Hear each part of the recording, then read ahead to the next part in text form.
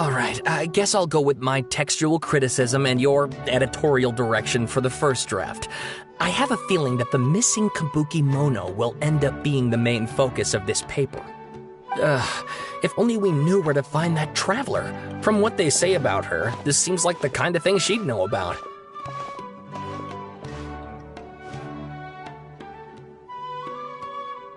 Oh, you're the traveler, you say?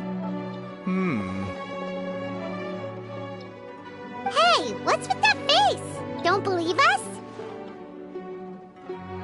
No, of course I believe you. Actually, I first heard about your great exploits when I was still in Inazuma. This is my first time coming face to face with you and your mysterious silver-haired companion. I couldn't believe my luck, and out of force of habit, I started, examining the evidence. Sorry. Oh, Sawada, for the love of... Sorry, we don't get out much, so our social skills are kinda lacking.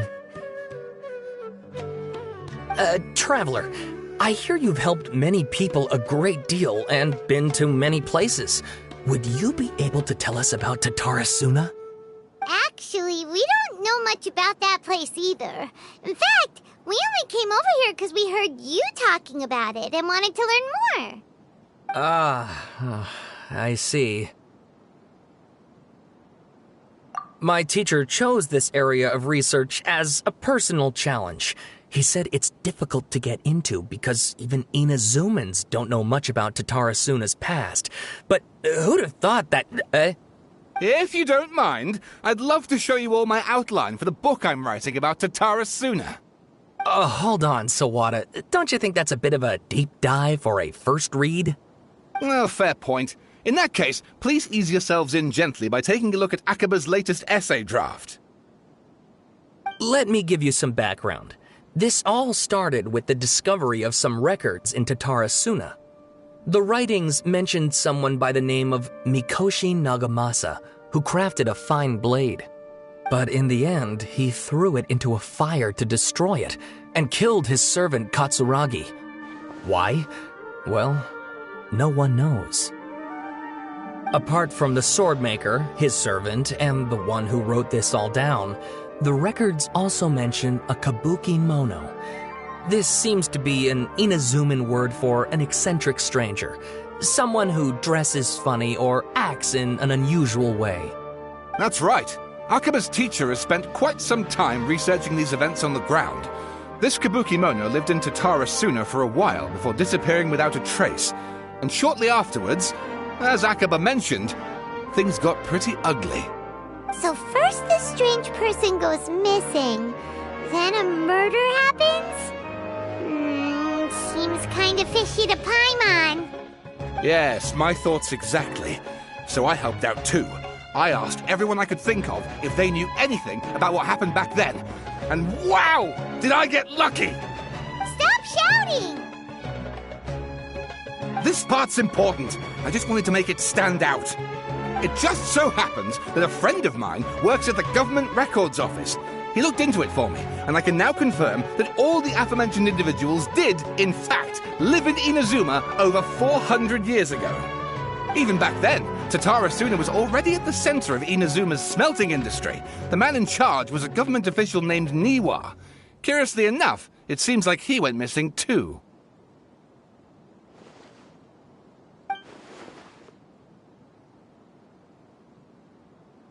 Wait, so there are two missing people in this story now?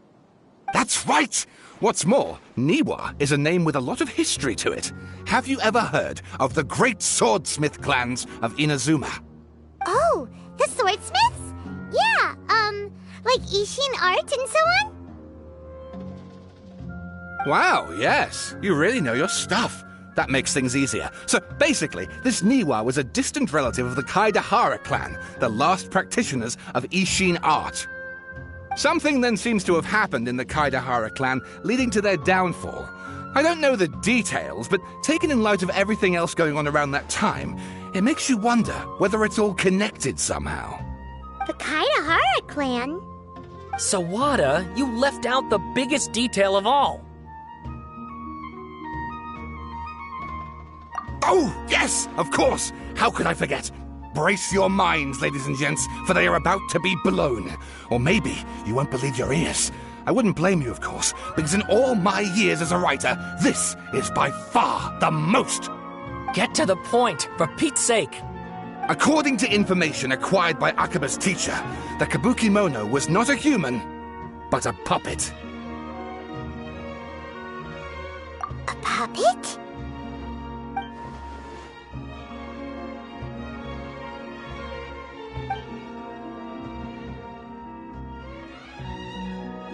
Aha! Judging by the looks on your faces, you do know something after all.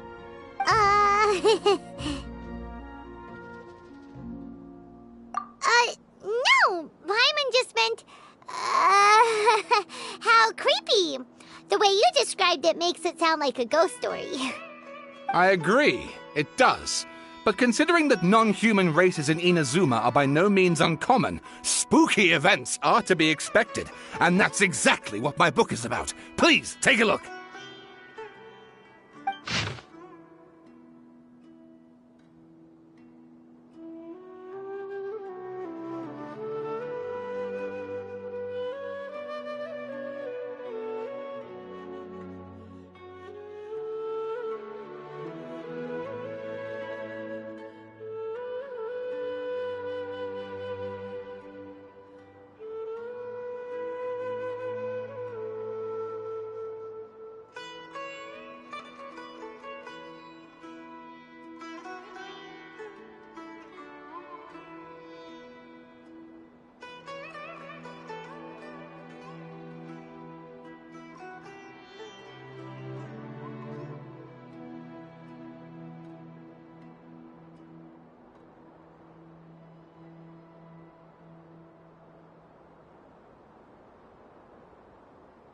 Oh, and please read my essay draft as well.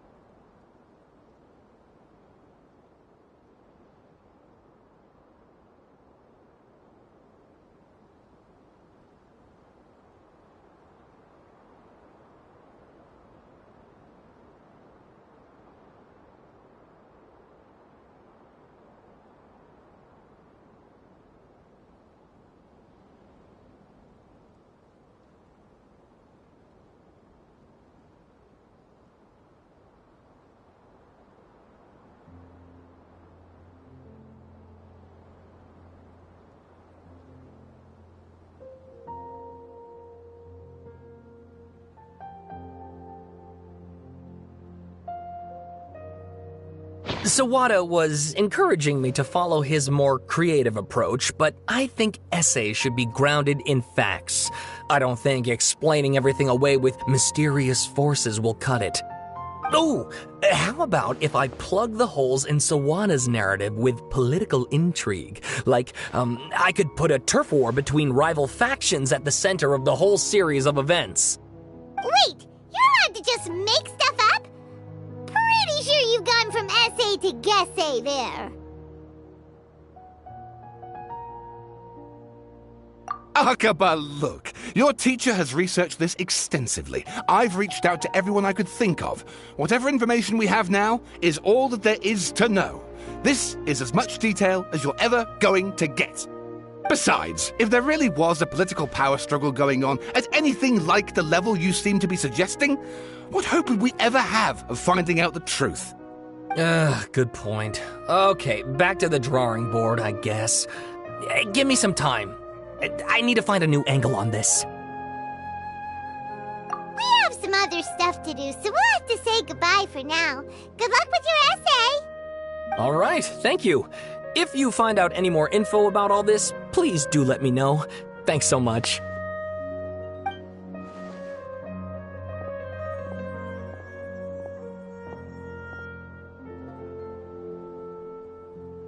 Hey, so that thing they were talking about, it has to do with the balladeer, doesn't it?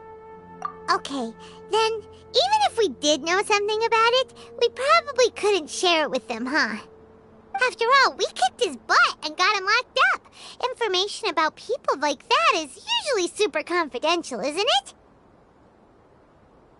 If you ask Paimon, Akaba should just pick a different topic. There must be as many essay topics as there are trees in the forest. There's no point in...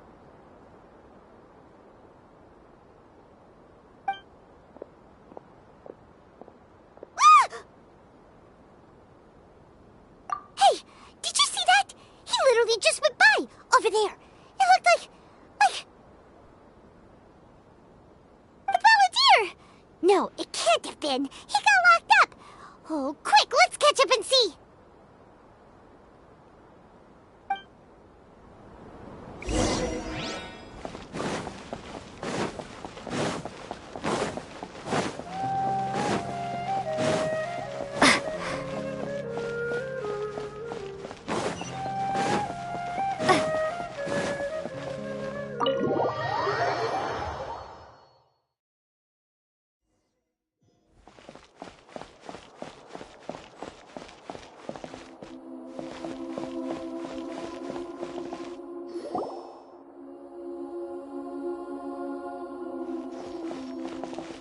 Traveler, Paimon, there you are.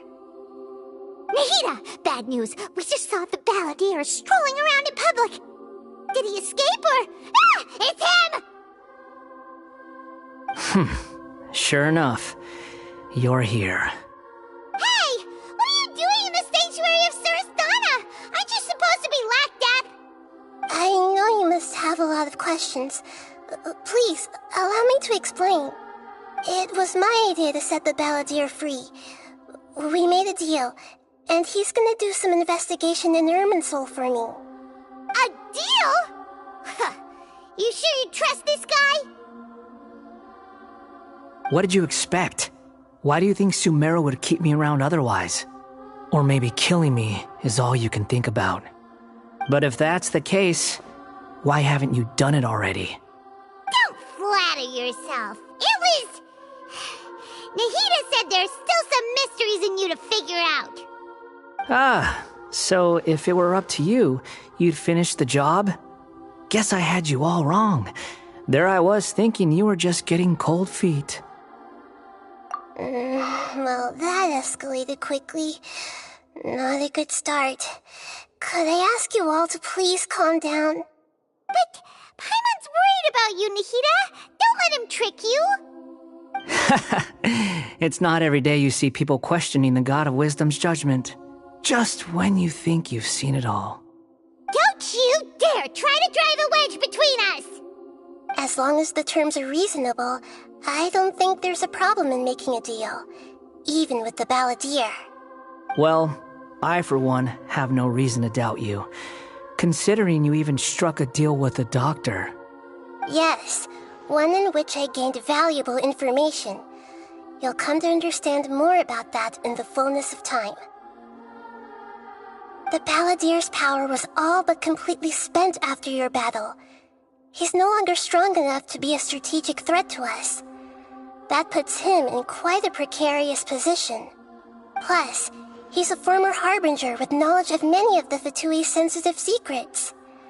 Being stuck here in Sumeru could make him a sitting duck, depending on how the Fatui plan to respond.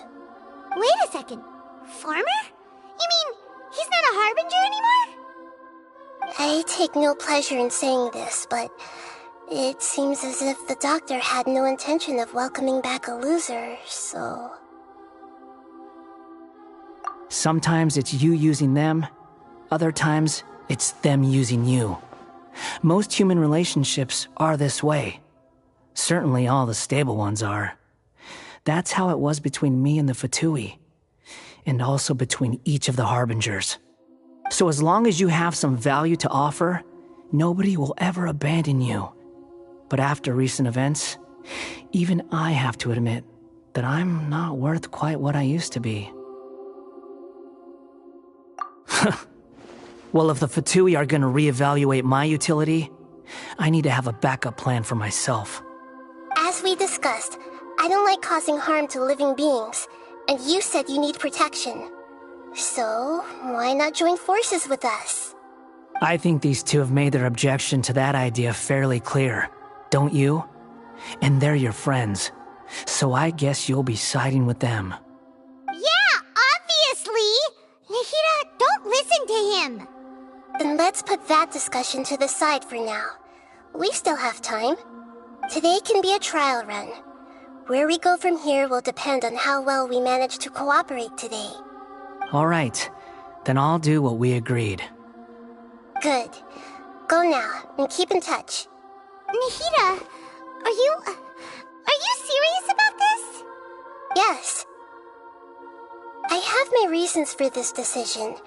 In fact, I'm largely doing it for your benefit. Yes. As I told you once before, there's information about your twin in Irminsul.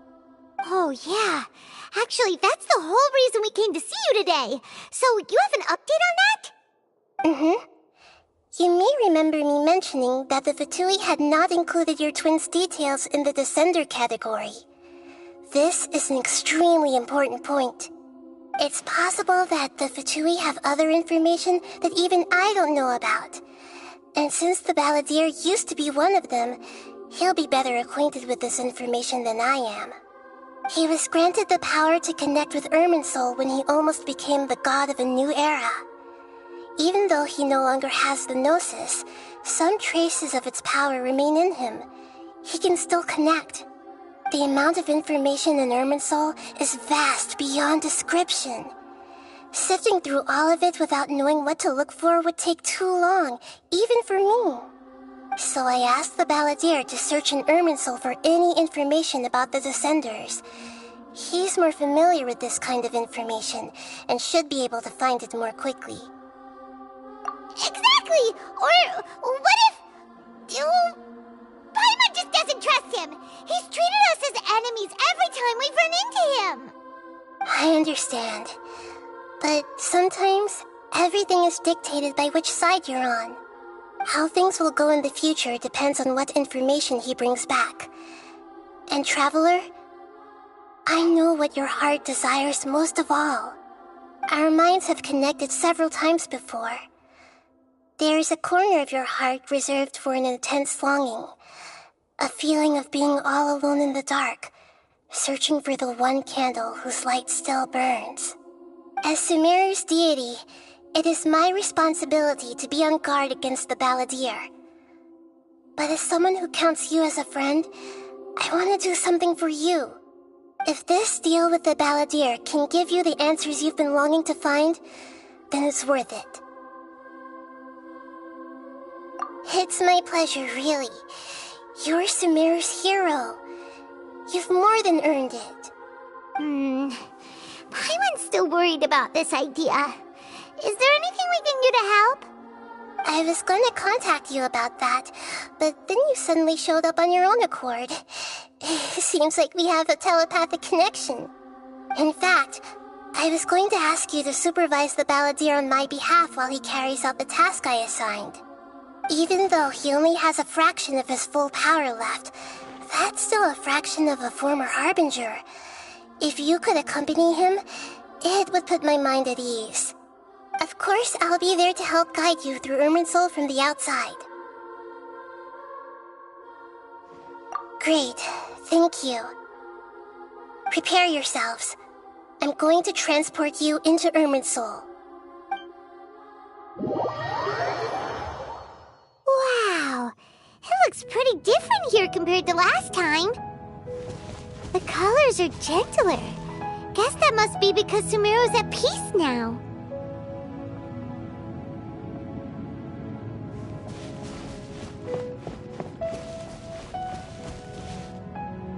Look at that. Hot on my heels. You know, you didn't have to cut your catch-up short just to keep me company. Oh, but I guess you panicked when you realized that I might enter Irminsul ahead of you.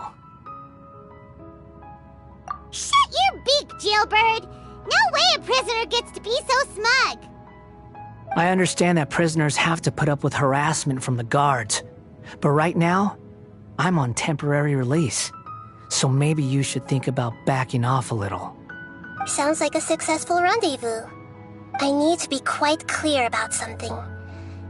In a few moments, you'll be entering into the innermost region of Irminsul. It is an environment like no other, and the most important place in all of Sumeru. Unlike anywhere else, Irminsul's inner region consists exclusively of torrents of information. You must put aside your differences and be extremely careful as you navigate your way through. I know there are many grievances between you, on both sides, but it is essential that you remain calm after entry. This is as much for your own safety as anything else. Fine. Let's call it truce. But only until this mission's over. Let's cut each other a little slack, shall we? We are going to be traveling together after all. Per my agreement with Lesser Lord Kusanali, I'll be at the front. It's my job to lead the way and get rid of any obstacles in our path. All you have to do is keep your pretty eyes open and try not to fall behind. You sure are confident. Paimon will give you that. You make it sound like you're even more experienced at adventuring than us. If there are no further objections, I suggest we get going. Or did you need some time to mentally prepare yourselves? Ew! Ugh, the snark on this guy, it's unbearable.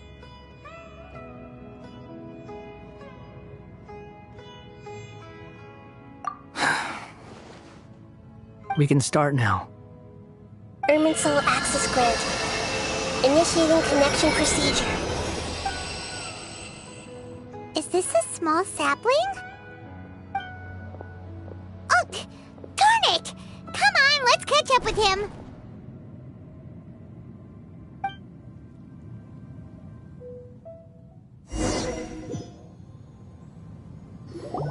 Wow! So this is the inside of Irminsul. Ooh, Paimon's never seen anything like this, and it feels like a sacred place. Irminsul is closely intertwined with the entirety of Tevat. Every bit of information flowing here means something. Pick your jaws up off the floor. It's time to go. Why is it that Paimon just wants to do the opposite of everything he says? Lesser Lord Kusanali, we will now proceed to the heart of Irminsul. Can you still sense where the heart of Irminsul is? Yes. Permission to begin searching for information there? Permission granted. Go ahead. Let's go. Stay close. Don't go running off.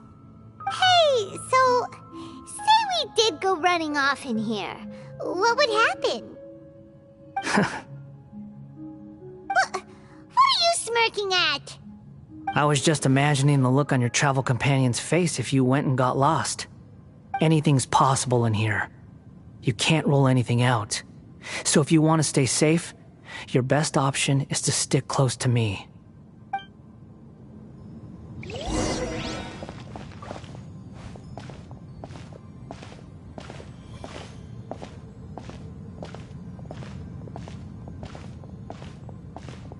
These sapling things have spread out. Those are all packets of information from inside Irminsul. Be careful not to touch them.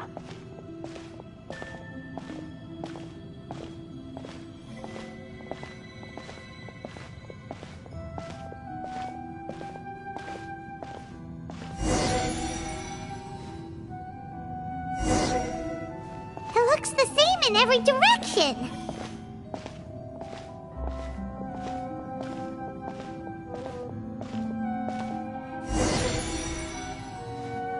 No wonder he mentioned about getting lost. Huh. What do you know? He was actually telling the truth. Is he mocking me again? What is it this time? There's a time and a place to lie, but this definitely isn't it. So why don't you relax your guard a little?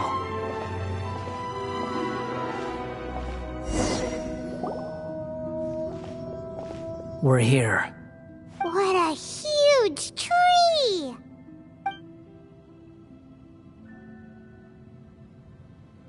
Lesser Lord Kusanali, Good, you made it. Are you ready? ready when you are. Then please begin. Preparing to access cognitive currents. Establishing waypoint. The Balladier's actually doing what Nahida tells him. Guess he must want to stay alive.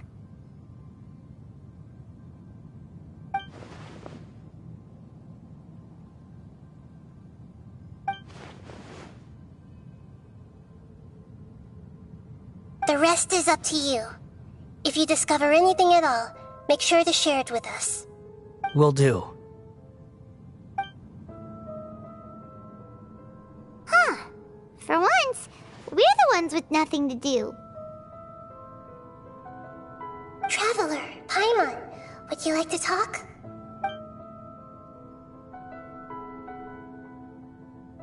Yes, I've also invited Paimon to join.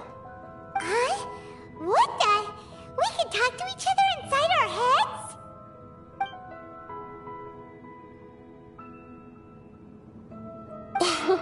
That's part of it. Plus, we're all friends. There's nothing wrong with us talking like this once in a while. Paimon's never tried this before. This is great! So, Paimon's been wanting to ask you something. Don't you think the Balladeer's a bit of a walking contradiction? He's always talking back, but he seems to listen to what you say.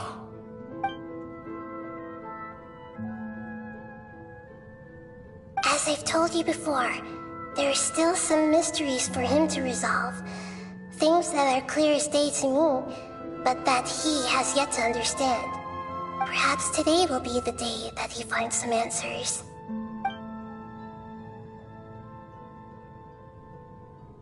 Well done. Smart and attentive as always.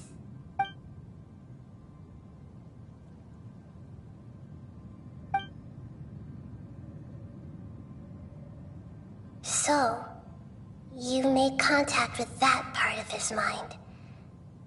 Well, it's true. Betrayal turned the Balladeer into the person he is today. Huh. Paimon thought nothing could get under that guy's skin. Turns out, he can get hurt and angry just like anyone else. Everyone has a history, Paimon. Even if you're a puppet created by the Electro Archon. Speaking of puppets, we ran into two people at the Academia today talking about an essay. Turns out their topic was about the Tatarasuna incident. Nahida, do you know anything about that? If you mean the mysterious events, the Kabuki Mono and so on, yes. I know about all of that. Really? Because from what they were saying, it sounded like lots of Tatarasuna's history is still unexplained. And most of the information we have now is just from people filling the gaps with their imagination. At least that's what they thought.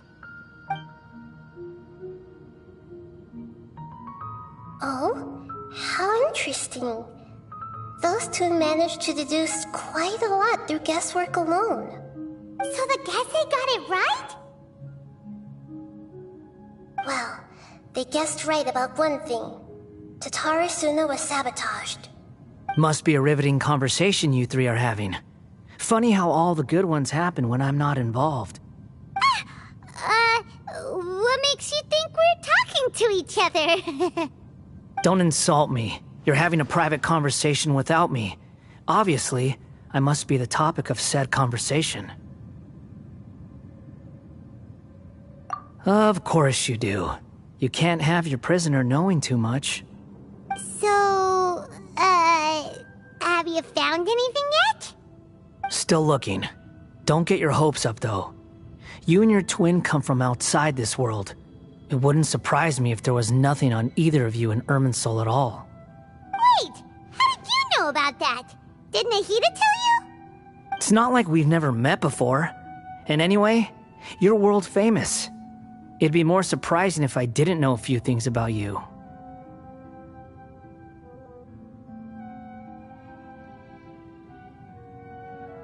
Right now, we have to keep the peace.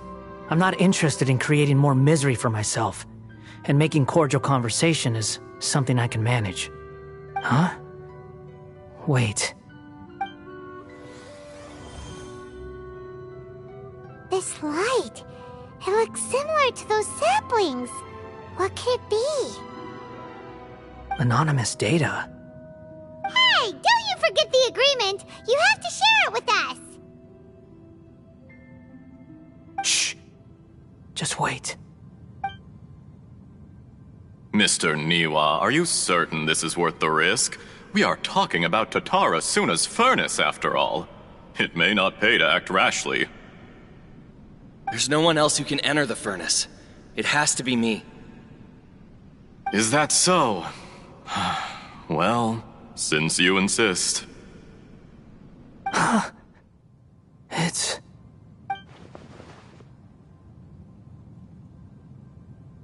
Whoa!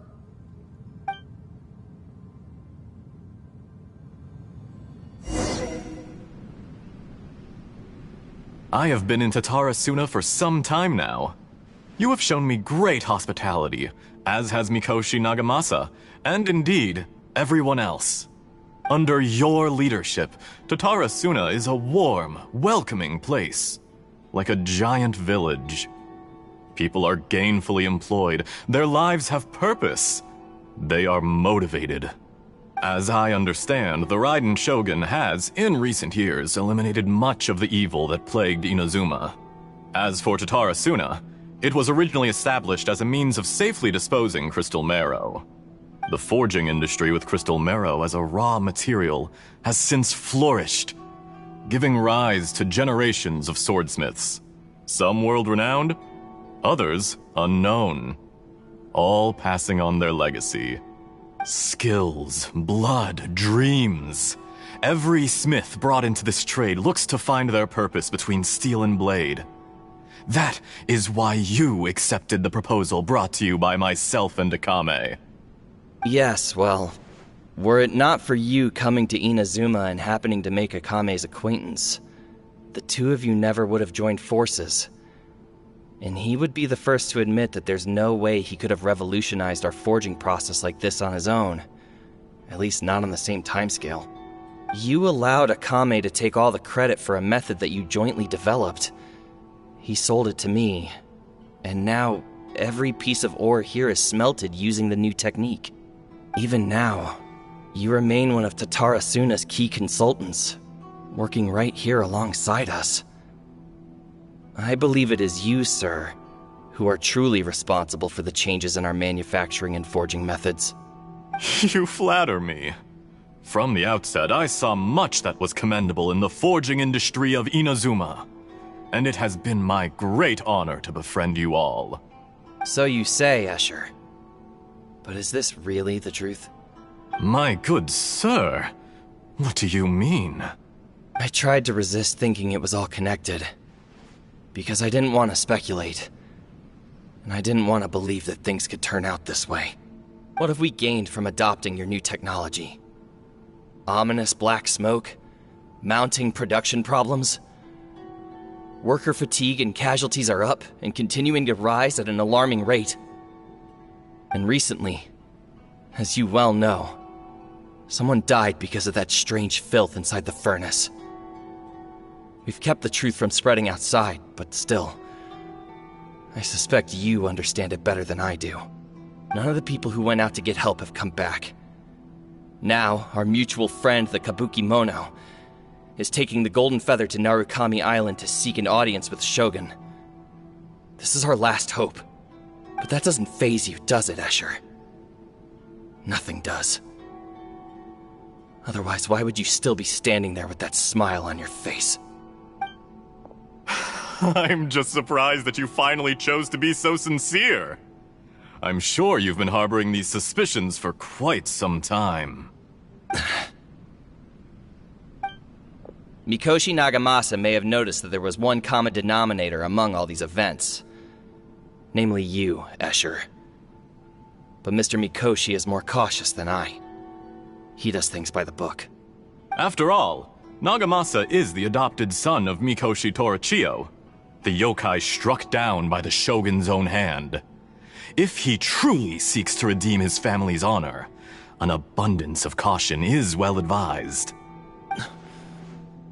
You're well informed on the subtleties of his situation for a mechanic all the way from Fontaine. Are you sure you're not a little overqualified? Why, Mr. Niwa, are you suggesting I find a job as a diplomat? Sadly, I am so very attached to my craft. Enough, Escher. I'm here because an evil force is raging inside the furnace. And someone needs to take your new device inside the high-risk zone so we can absorb it and put an end to the problem. I'm in charge here. And I'm about to take some responsibility and head inside. Probably to my death. But what about you? What are you still doing here? Judging from the look in your eyes, you don't seem to trust me. Drop the act! We're past that now. Whoever you are, it looks like your plan to destroy Tatara Suna has worked. I just want to know what you're still doing here. What's left? Don't you have all your answers by now? Honestly, I'm just waiting for the right moment. A moment like this, where you finish talking and I stop you from entering the furnace. You...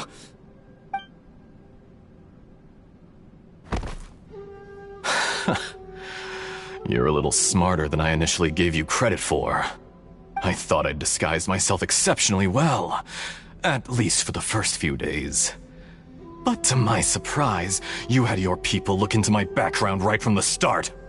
It's a long journey from Inazuma to Fontaine, but that didn't stop them.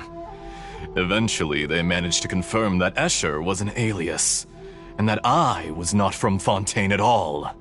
And yet, despite all of that, you still fail to realize my true identity, and what I seek in Tatara Suna. Did you really think you would be able to see through my plan? If you kill me, there's no one who can get inside the furnace. So you're really going to destroy this place? Is that it? Oh, but you're quite wrong. There is one other person. Some may not see him as a person, but you told him yourself. You're not a puppet. You're a human. You're just missing a heart. Whoever you're working for won't get away with this. They'll be found out. But this makes no sense. What are you really trying to accomplish by all this? Why go to all this trouble? It's no trouble at all. Patience is a virtue which I have in abundance. This is all part of a carefully controlled experiment. If you must know, I'm happy to divulge my true identity. I'm a Fatui Harbinger. Call me the Doctor. The Fatui? Who? What do you want? Just to create a minor inconvenience for your nation. That's it? That's why you gave us your cursed technology? Just to let loose the evil energy from the crystal marrow? Look how even the righteous soul is filled with venom when faced with its demise. My device functions precisely as you say. It is the only chance you have of preventing a catastrophe and keeping the truth from the outside world. However, I did not make it with you in mind. It is easier for a person to be possessed by evil spirits when they are filled with hate. So give in to your fury. I want to see what happens when a malevolent heart is placed into an unsuspecting puppet. Make no mistake, even without you, that pure, innocent puppet would only end up being used by someone else instead. What other reason would a human have for befriending one who is not of our kind?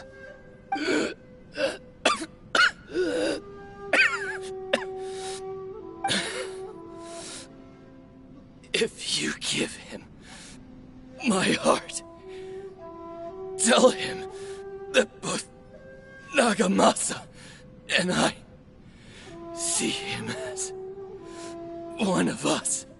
He has nothing to prove to anyone. Because not everyone just wants to use other people. The only ones who think like that are people like you.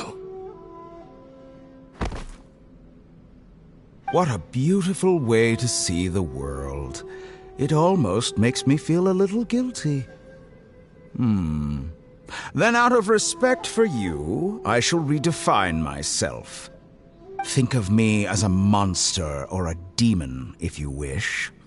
At least this way your death is not a consequence of your own folly turning you into an easy target.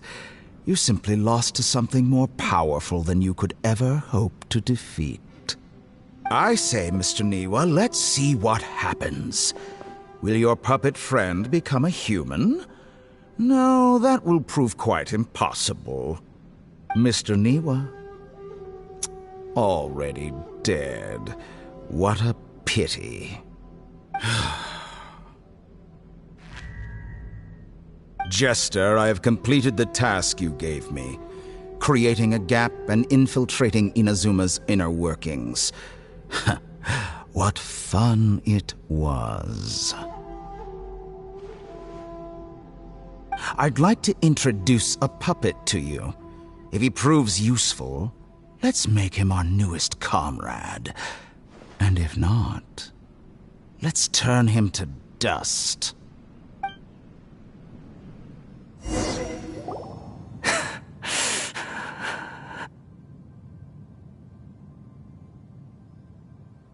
Hey, are you alright? Dottore?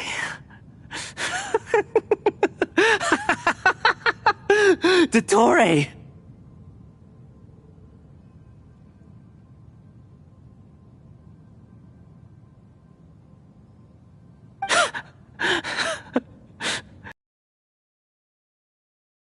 Good. Was that the doctor? Did he turn into a mechanic from Fontaine? But why did we see things from his perspective? When I touched the doctor to confirm whether he'd eliminated all his segments, I read this memory in his mind. You have to admit, it must be the truth. Maybe so, but it means nothing. Does it? But this memory shows that Niwa didn't betray you. He never meant for you to be the one to take the device into the furnace. You know very well what that means. Even more so than I.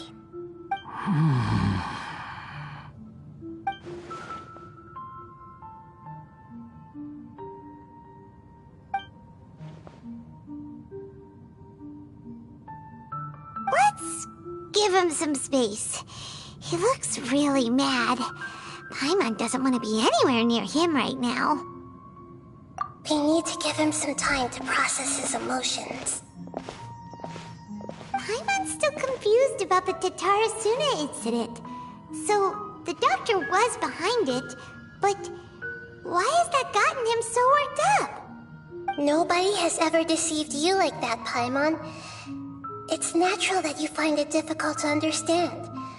Perhaps he needed to learn this someday. So now you have the complete picture. Katsuragi took the kabuki mono to live with the people of Tatarasuna. Later, the doctor showed up, disguised as the mechanic from Fontaine. And that's when the trouble began. It was all a horrific experiment planned by the doctor. Everything he did was just to plant seeds of disaster in Inazuma that would bear fruit in the future. Of all the unwitting participants in the doctor's experiment, the balladeer became the main test subject. After the events you just saw in that memory, the doctor put Niwa's heart into the device and handed it to the balladeer. Then, he instructed him to enter the furnace and absorb all the filth caused by the smelting process. The load was far beyond what he expected, but the balladeer survived. He left the furnace in sheer exhaustion and said to the mechanic, "This device seems to have protected me. What's in it?" The mechanic answered, "Niwa fled this place for fear of punishment, but he left you a gift. He said it's the one thing that you've been looking for." He took it straight from the chest of one of his innocent servants. The mechanic removed the withered heart from the device as he spoke. The balladeer was stunned that such unthinkable cruelty had brought him the thing he'd been longing for his entire life. A heart acquired through cold-blooded murder is a cursed thing, but it had protected him from the filth.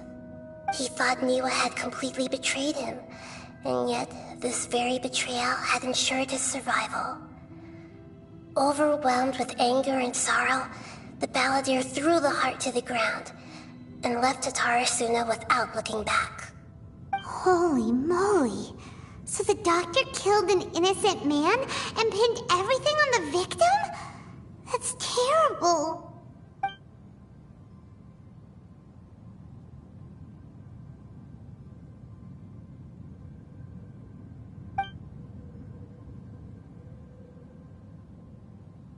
Yes. Only if he understands this can he choose a new path forward. Dottore, you brazen-faced... Niwa didn't run from justice. You killed him.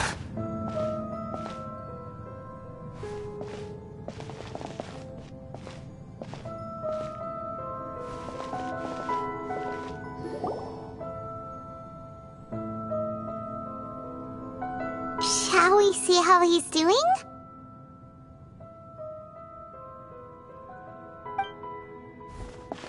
Hey, you alright? That's a scary expression. Are you worried about me? If we didn't have such a history, I'd almost think that qualifies me to be your friend. It won't. I'll keep my end of the deal. Hey, are you investigating the stuff we want to know about? That's why we're here. But unfortunately, there's no information about the Descenders in Irminsul. Even if you can't find anything, that seems to confirm it. Irminsul does not keep records on the Descenders. Anyone who comes from beyond this world is not counted as part of Teyvat. Oh, does that mean we have to leave empty-handed?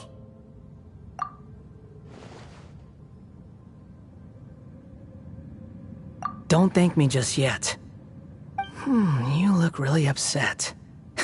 Well, since Irminsul was a dead end, I guess I can share some other info that might interest you. Huh? About what? The reason why there are records about your brother in Irminsul. It might have something to do with Conria. Apparently, Conria was his first destination when he arrived in this world. Plus, he only came to this world because the heavens responded to the summoning. The heavens responded? The Jester told me this himself. You can take his word on this. He was a royal mage in Conria, and lived with your brother for a time.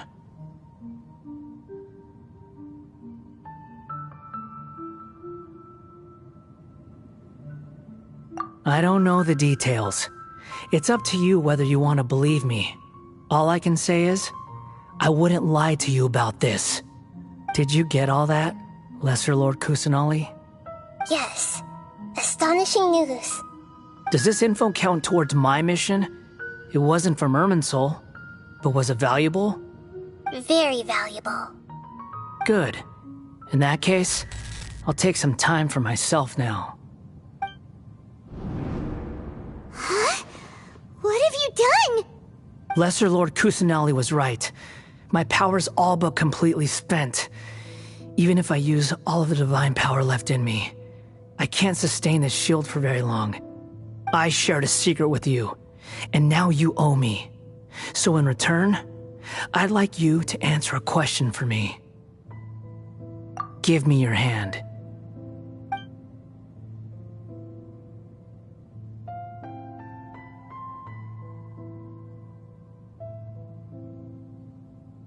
Can you hear my voice inside your head?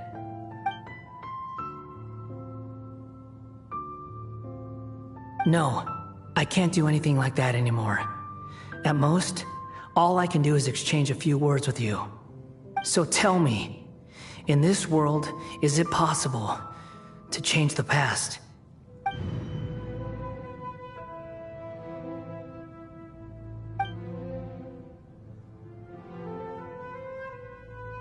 Done. Huh? What the? What happened? Paimon only saw you hold hands for a second. Nothing. I was just thanking her for helping me.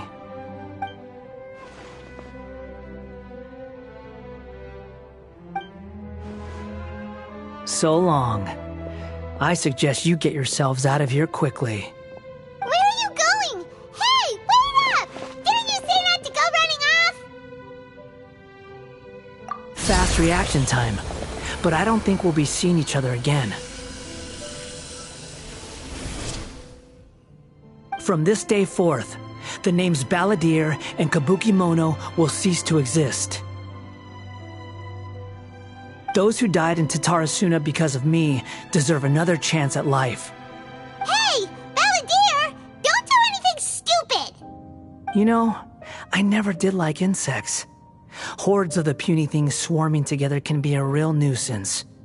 And I enjoy nothing more than to stamp them out like the pests they are. But if a colony of harmless ants isn't threatening anyone, I guess they deserve to be left alone. Luckily, everything can be set right. It's time to solve this once and for all. Balladeer! Balladeer! Uh-oh, he disappeared. Come on, we gotta find him somehow.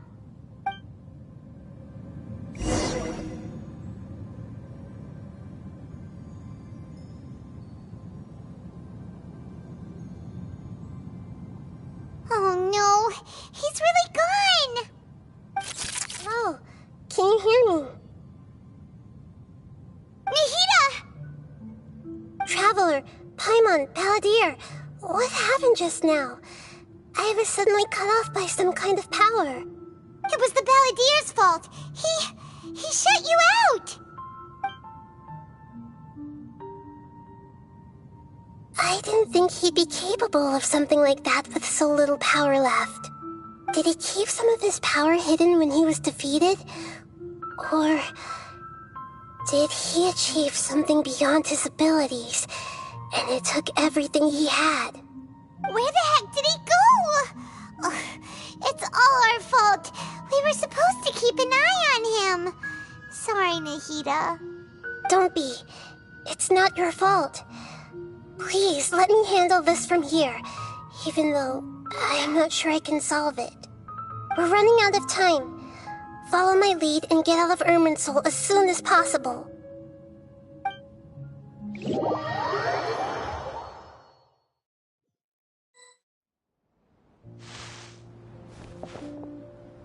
We're out! And we're at, an inn or something? This is an emergency. I'll have to ask you to stay here for now. Everything's arranged, and nobody will disturb you. I'm sorry, but this isn't something I need your help with. Leave this one to me. An emergency? How bad is it? Nahida, will you be okay? Don't worry. If my assessment is correct, though there may be some minor disturbances, it won't lead to a disaster. Please rest and recover your strength here until I say it's safe. Her voice has gone. Paimon can't shake the feeling that something really big has happened. What do you think the Balladeer meant? And why did he suddenly grab onto you before?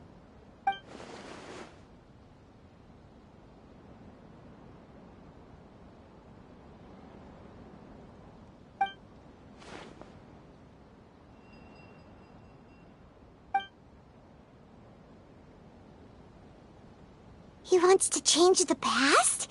But surely that's impossible! Right! You can't just rewrite history! All that stuff happened already in real life! It's like, imagine Paimon drank all the water in this inn. Even if if no one was there to see it, Paimon would sure as heck remember drinking it. So, why does Paimon still have a bad feeling about this? Paimon can't help but feel scared about what he might do. Oh, Paimon's so confused. Huh? Ah! Sorry, Paimon accidentally... It's the Balladier's fault for causing Paimon all this mental stress. But erasing yourself from history? It's unthinkable. Is that really possible in Irminsul?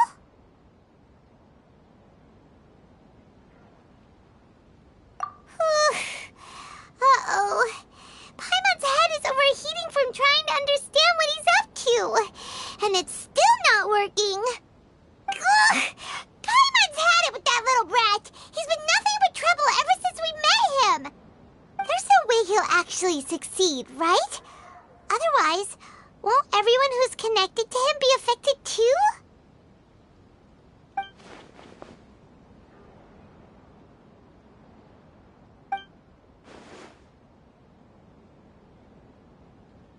There's nothing we can do about it at this point.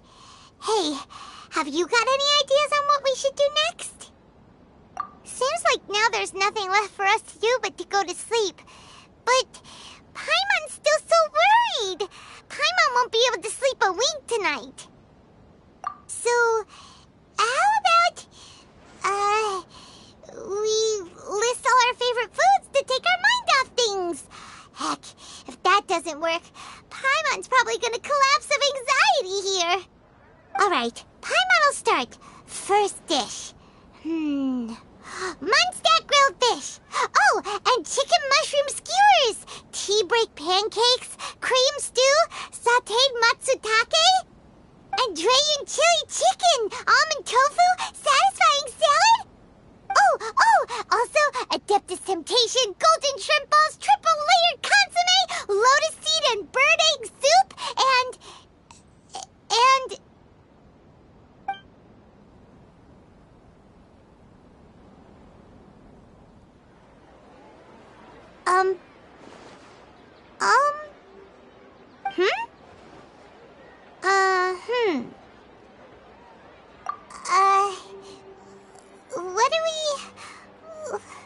What was Paimon supposed to be doing just now?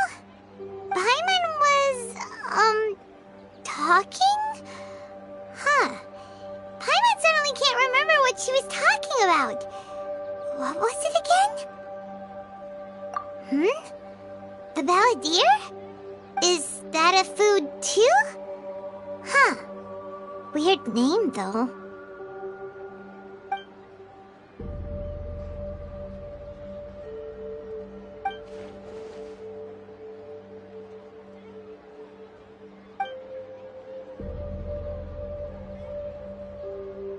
What's wrong?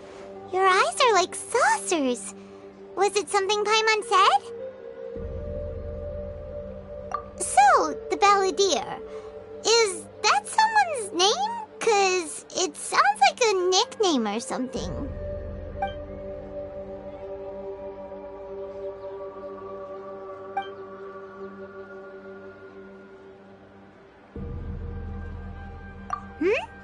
Okay, sure. Where are we going?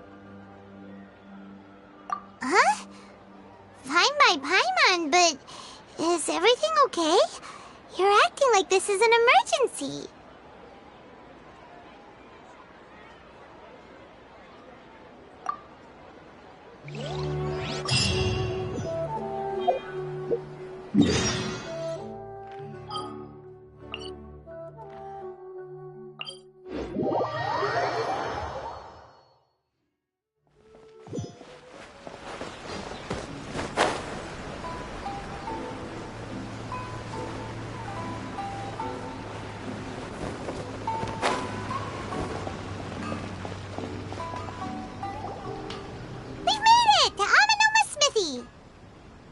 Ah, it's been a while.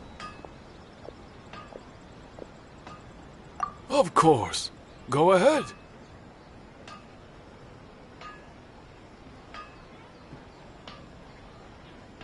Oh, now there's a question I wasn't expecting. Very well, I'll tell you what I know once more. The once renowned Raiden Gokuden, comprised of 5 branches. Amenoma, Futsu, Ishin, Hyakume, and Senju.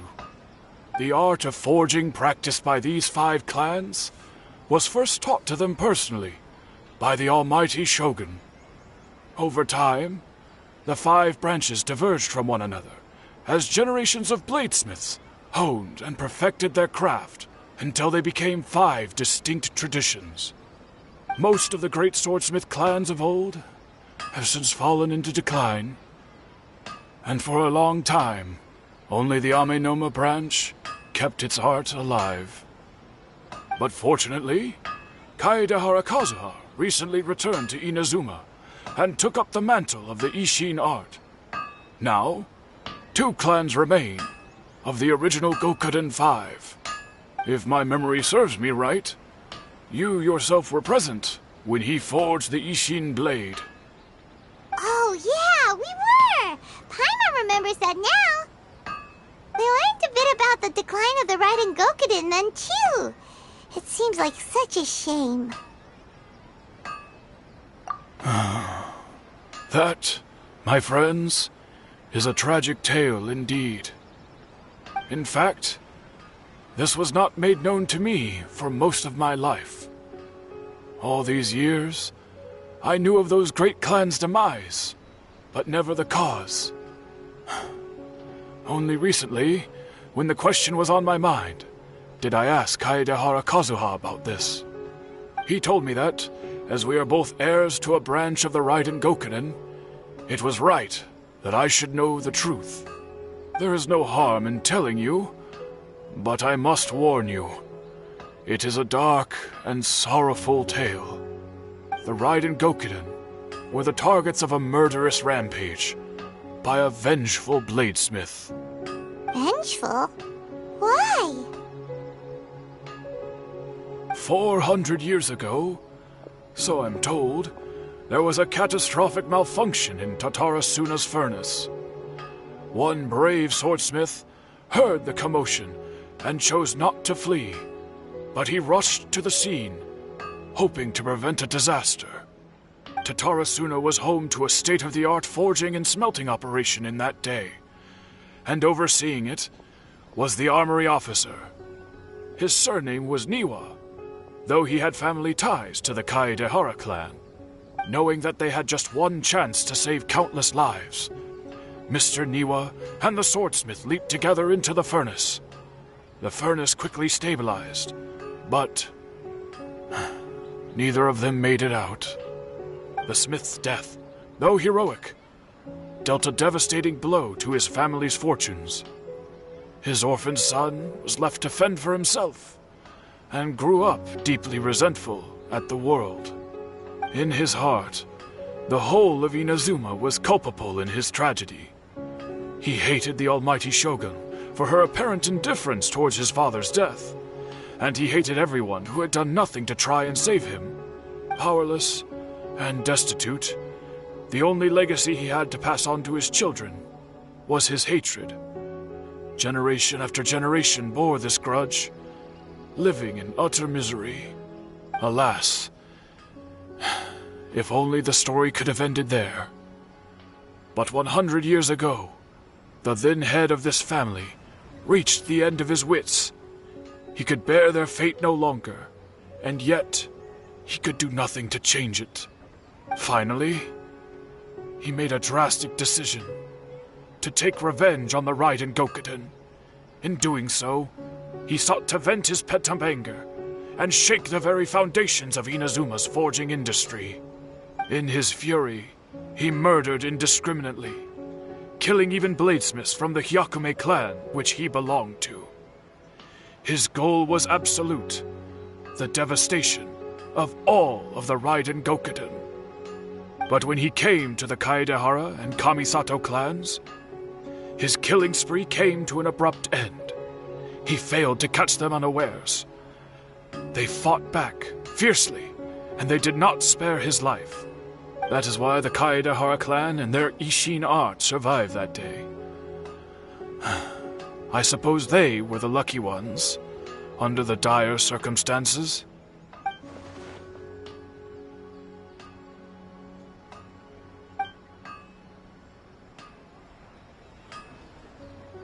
Was there anything else you wanted to ask?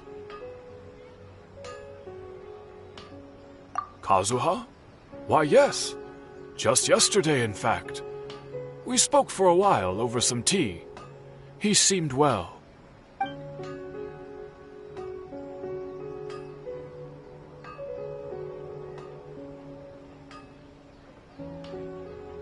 My pleasure. Don't tell Paimon. There are other places you want to visit too, right? Your expression says it all. You can't hide anything from Paimon. On to the next stop. Lead the way, traveler. Paimon will be right behind you.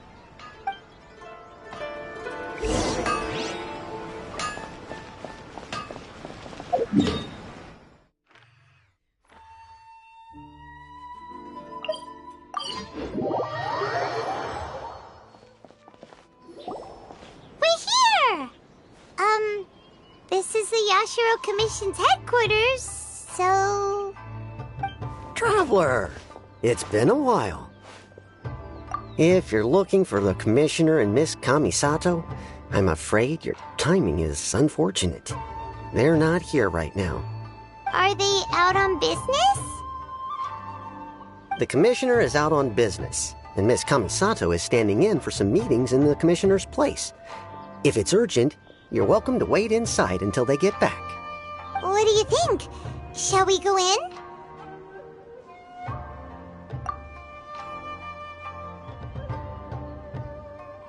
If it were anyone else, I couldn't allow it.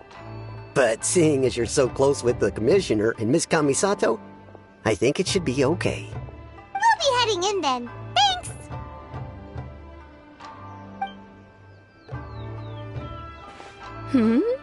Hello, dears. Is there something you want to say?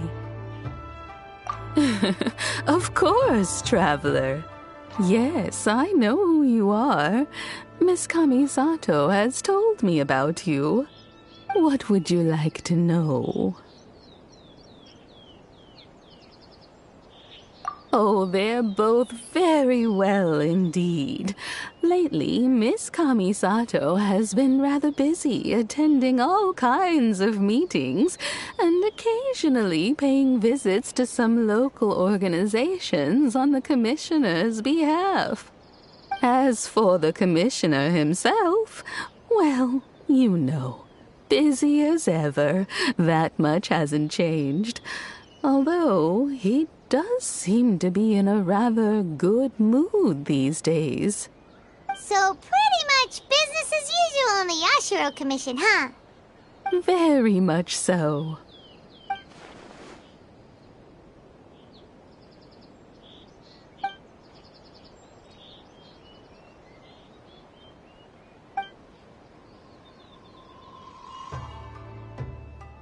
Well, got any more questions?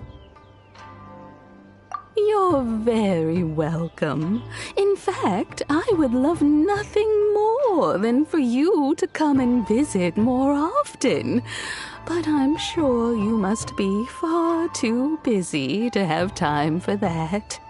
Miss Kamisato talks about you all the time. She seems so thrilled to have you as a friend, and she's always saying how talented you are and how much she admires you. I must say, many things in Inazuma seem to have taken a turn for the better since you arrived here. So you're not just Miss Kamisato's knight in shining armor, you know. You're a hero to us all. I mean it. Whenever the Commissioner dines at home, Toma always joins him. I always find myself at my most relaxed when I'm serving the two of them and listening to them chat away. The commissioner has such a busy schedule that he doesn't always have the chance to take his meals at home. But given the opportunity, he always prefers to dine here. They say it's because Toma's a much better chef than most. Oh, the commissioner is so fond of home comforts. They get to talking about you sometimes, too, you know. Always with a very fond tone. The way one would talk about dear old friends around whom one can truly be themselves. Miss Kamisato occasionally joins them as well.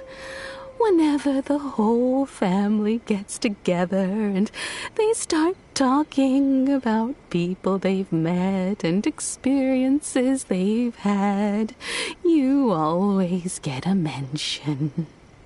It's been many years now since the late Mr. and Mrs. Kamisato passed away.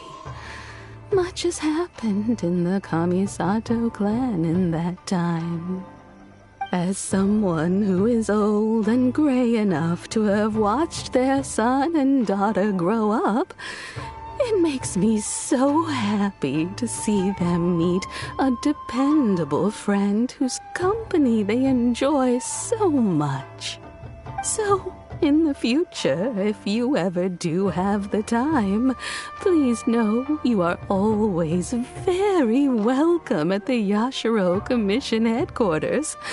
There will always be at least one old lady who would be delighted to have the pleasure of your company. Wonderful. Thank you. Paimon likes it here too. Also, you were saying something about the food here being really great. Paimon's itching to try it. We may just have to invite ourselves around for dinner sometime. Paimon meant we should come pay a visit again real soon. Ideally around dinner time. Of course. You're always welcome. Alright, goodbye for now. Where are we going next? Great! Goodbye, ma'am! Don't worry, we'll see ourselves out. All right, then. Take care now. Hope to see you soon. Oh, are you two leaving already? Yep, everything's taken care of now. Don't worry. Very well. Safe travels. Goodbye.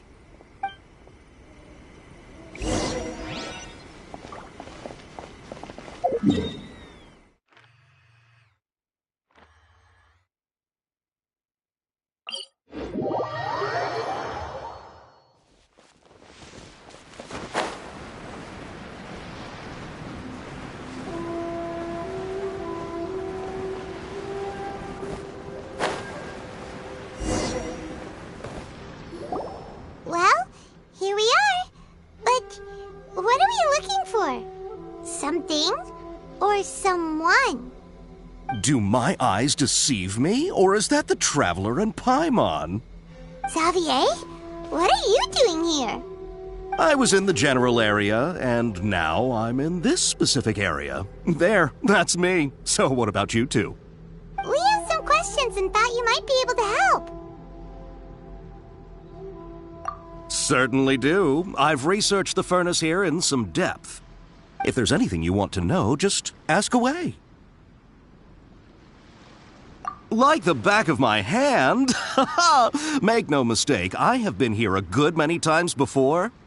Not only that, but I've met people in Inazuma whose families used to live in Tatarasuna years ago. They said it's all true, the history here.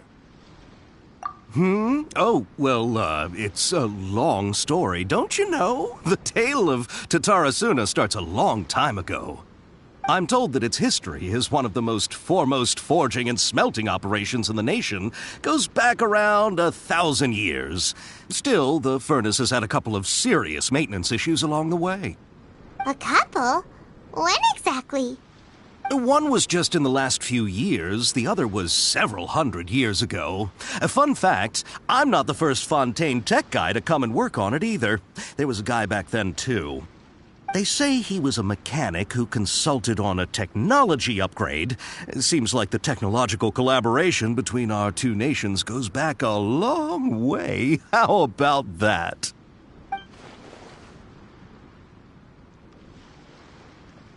Hey, weren't you gonna ask Xavier something about Tatarasuna? Come on, ask already. Oh, I didn't realize you two were here for a history lesson. Me neither. Paimon doesn't know what's gotten into this one today. Feels like we've been preparing for a history exam or something. What brought this on? Did you just wake up today with a sudden burning desire for historical knowledge? Sure, go ahead. A kabuki mono? No, I can't say that I have. I do know the word, Inazuman, for those eccentric types who always go around dressed to the nines. Just the sort of person that I'd like to meet, actually. But sadly, I've never had the pleasure, nor have I come across anything to do with a kabuki mono where Tatarasuna is concerned.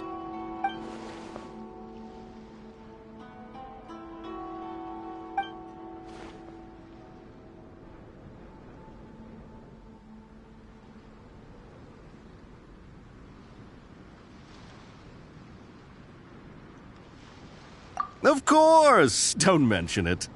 Oh, we're leaving? Okay, bye, Xavier. Oh, you're most welcome. More than happy to help. Farewell. Looks like you got all the information you're looking for. Sure, but what's up with you today? Whatever it is, it seems like it's really troubling you. Keep your smile, Spinal Crocodile. No matter what happens, Paimon will always be there for you. Come on, you gotta keep it together. Why don't you grab something to eat? You can't go facing life's challenges on an empty stomach.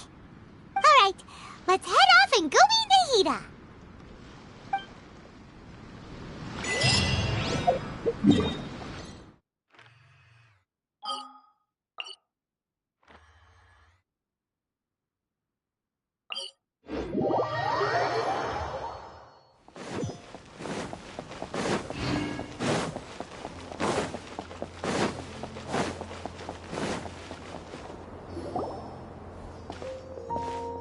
Hey, it's them!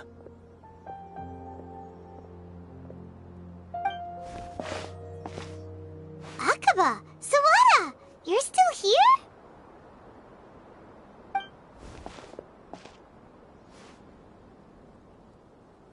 Indeed we are. If you have a moment, we'd love for you to join us once more. We have time. What do you want to talk to us about? It's the same topic we discussed last time. Obviously. Still looking for more info about Tatarasuna, huh? Should we join them?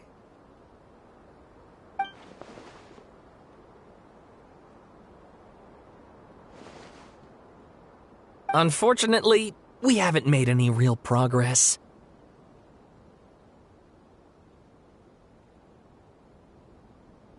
Huh? Oh, of course.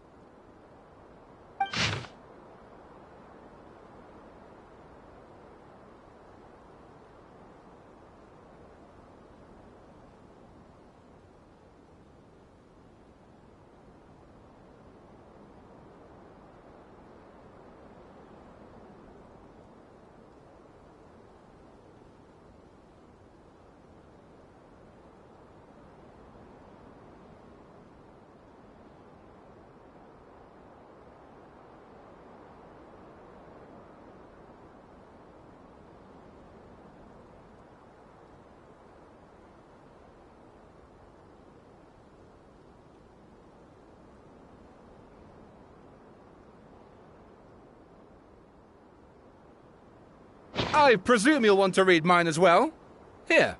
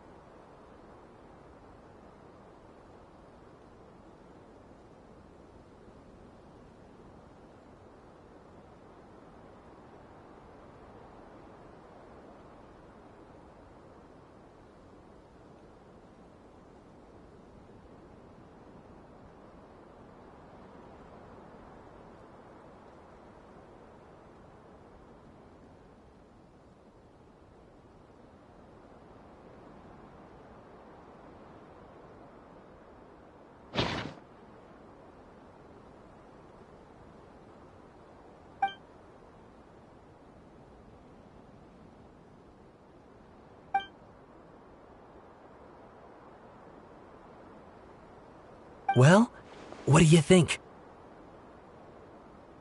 Hey, Traveler. Remember how last time Akaba was saying how he wished he could gather more information about all this? Well, we just got back from Inazuma. So how about we tell them what we learned? What did you find out? Something big? It's a long story. Basically, we have some friends in Inazuma, and...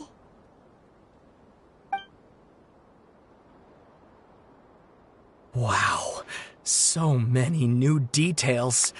Thank you so much for sharing that with us. Well, well, so it all comes down to one man's desire for revenge. Huh. You heard this from a member of the Amanoma clan, you say? Then I guess it must be true. Ugh. So there's no ghost story here after all. This new information actually lends further credence to my hypothesis. Evidently, swordsmiths were seen as having an incredibly prestigious role in society those days, to the extent that harming them was conceived of, at least by the perpetrator, as a way of exacting revenge against those in power. Yes, okay, point taken, you were right. But that doesn't mean I can't carry on with my novel. And they're back at it. These guys are really into this.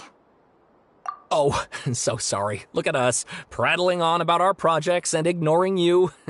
Thank you so much for the information. You're welcome. See ya. Keep us in the loop if you find out anything else. Will do.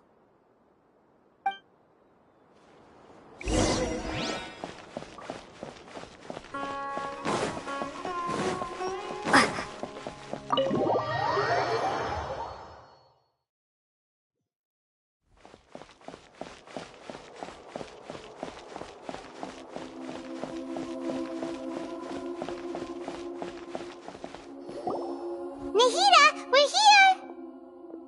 Traveler, Paimon, how have you been? Ugh, where to start? Paimon hasn't had a moment's rest this whole time. That night, we ended up chatting and chatting until suddenly the sun was up. And then she decided she wanted to go to Inazuma. The Balladeer? It sounds like some kind of code name.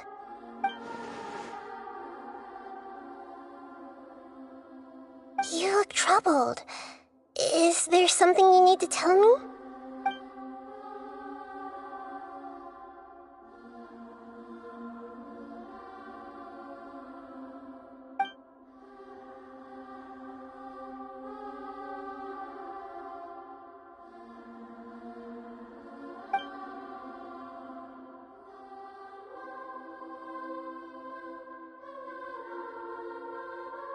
Traveler? Hey, what's wrong? You look so upset.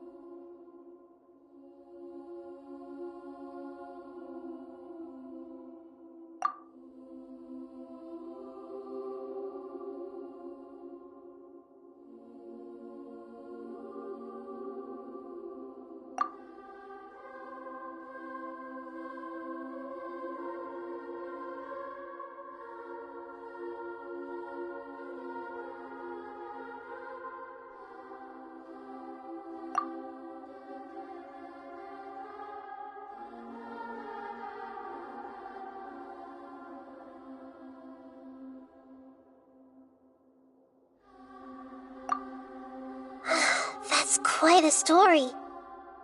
So, this puppet known as the Balladeer erased himself from Irminsul, hoping that he could change the past. But how was he even able to do that? As the Traveler said, he very nearly became Sumeru's deity.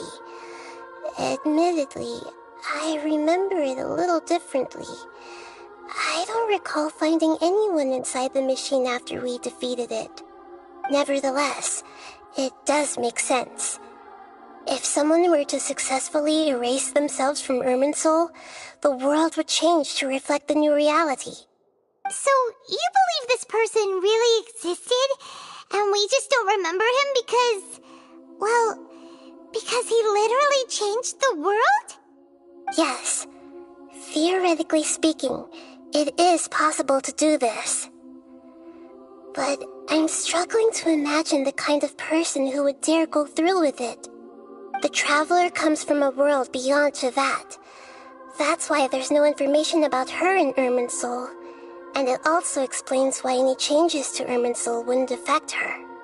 So if there's anyone in the world capable of retaining memories from a past that has been rewritten, it's you. It's quite incredible when you think about it. Paimon's having a hard time understanding this balladeer guy's motivations. Why did he do it? I can only make inferences based on the information we've been given. As for what kind of person he was, only you remember that.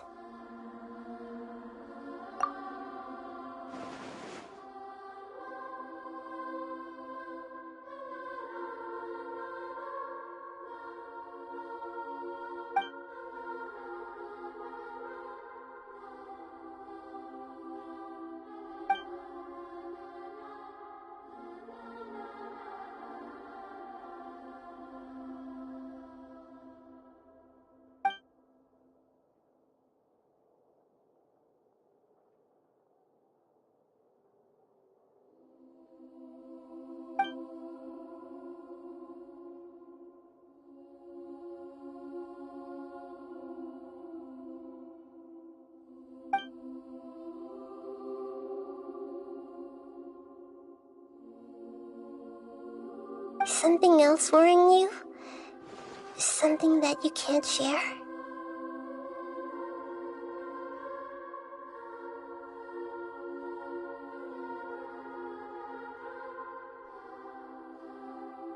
It couldn't change the fate of the ones who had died, right?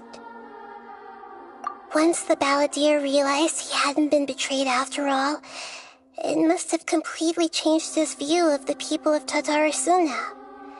Now he saw them as friends again. He couldn't keep hating humans after that. And if he thought there was a chance he could save his old friends, it would be hard not to try. The story makes sense, every part of it. The balladeer tried to achieve godhood with the doctor's help. He was unsuccessful, but retained the power to connect with Irminsul. That power then enabled him to change what was recorded in Irminsul and erase himself, even though he didn't have much strength left. Yeah, it does make sense, but it still ended in tragedy for his friends. It just feels so hopeless. He gave everything to do this, but it seems like he got nothing in return.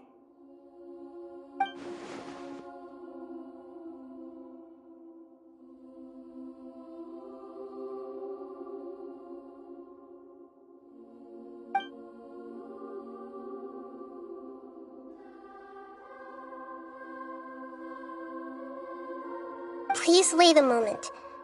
I want to check something. Found it. This should be the one.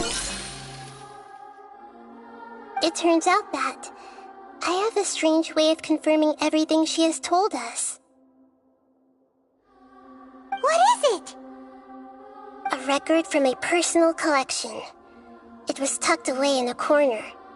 You should take a look.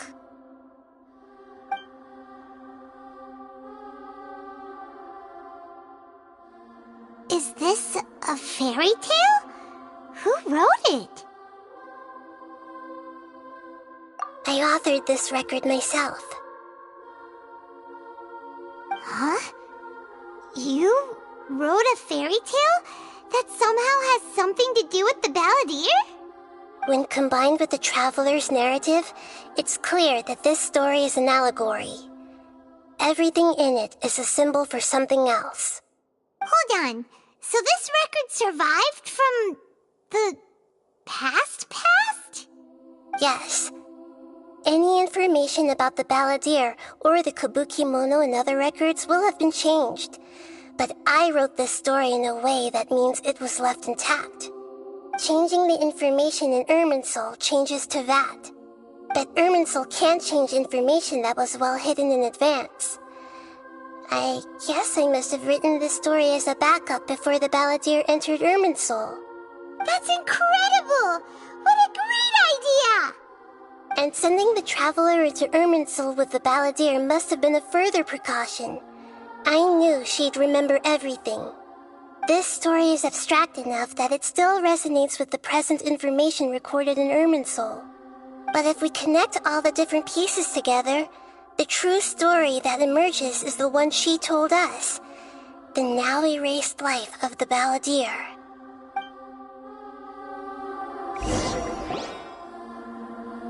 There was once a lone monster draped in fox fur.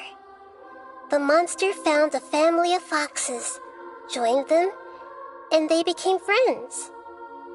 The monster lived with the family day and night, and everyone treated it as one of their own. Once in a while, the monster would take off its fox fur at night and lament to itself as it gazed at its reflection in the water. I am a monstrosity, yet they are too foolish to see it. I pity them. But the monster soon found solace when another came to live among the foxes who was not their kin. A kitten, carved from the wood of a white tree who had been abandoned by the humans. The kitten too wished to become a fox, but its tail was too slender and it could not grow a coat of richly colored fur. Yet when the other foxes saw this, they spoke words of comfort to the kitten. Even without a tail and fur like ours, you are still one of us. Furious at this happy resolution, the monster lit a fire on the mountain. The terrified animals panicked as the fire spread. The only way to extinguish the flames was to make a sacrifice.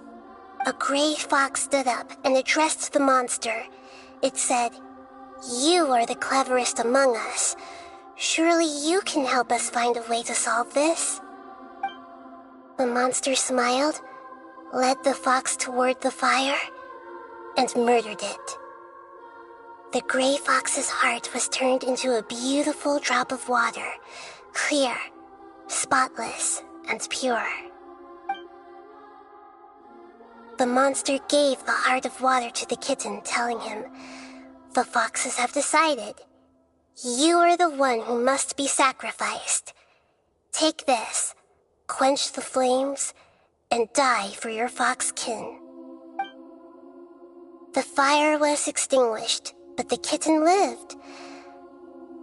It left that side of the mountain and found a little bird who had a broken wing. The two promised they would spend their whole lives together, but the little bird did not have long left to live. It passed away soon after. After burying the bird, the kitten left the mountain for good. Never again would it cherish a single creature nor a single blade of grass that stood on that mountain. The kitten spent the nights wandering aimlessly, gnashing its teeth at the moon. How it wished to swallow the moon and devour the moonlight. If the world could only return to darkness, then it would finally be peaceful and content. I will become the new moon, the answer to everything.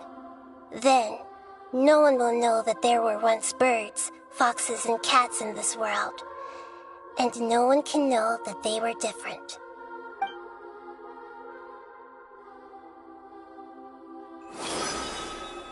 We solved it!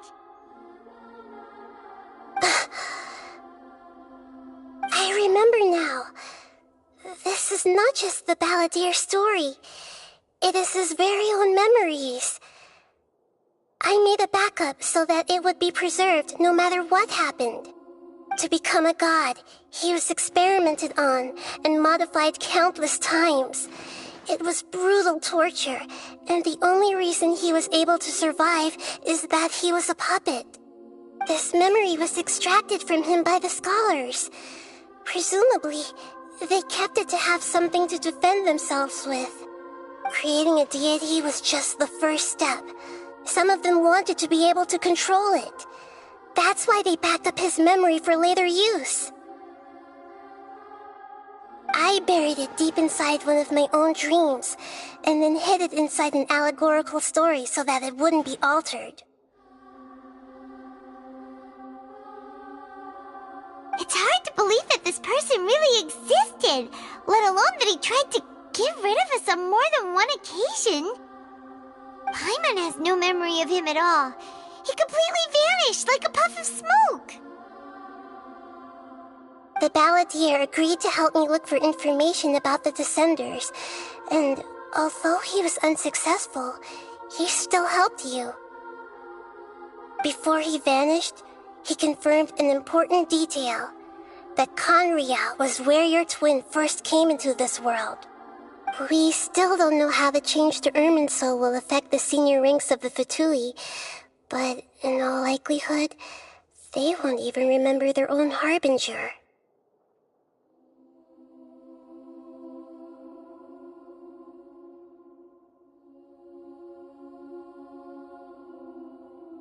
It sounds like Paimon wouldn't like this guy a whole lot if he was still around. But still, Paimon doesn't like the way it all ended that much better. This is why wisdom alone cannot answer all our questions. We look, we see, and we comprehend, but the question still troubles us. So the answer is not everything. People yearn to find the truth and then conquer the troubles they face. When you give someone the truth, you give them a chance to choose their own destiny. To others looking on, this may seem like a pointless endeavor, but for him, the chance to act on his desire to disappear must have meant a lot. Never forget that even when we walk beneath dark clouds along a road filled with suffering, the light of wisdom is always there, guiding us toward a better destination. And that is what you have been doing all along. Yeah, Nahida's right. Cheer up. How about we go get something to eat? We can pick up this heavy conversation again later. Good idea. Paimon, why don't you take her out for a walk to clear her head? You got it! Come on, Traveler! You need to get out of your head for a while. You'll feel much better after taking a walk. Let's go get a snack from one of the stalls in the Grand Bazaar! That'll be sure to lift our spirits. There's a few things I'd like to look into. You should go take a walk and try to unwind.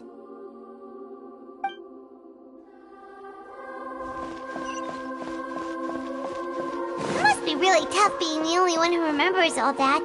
But Paimon's always here to help cheer you up.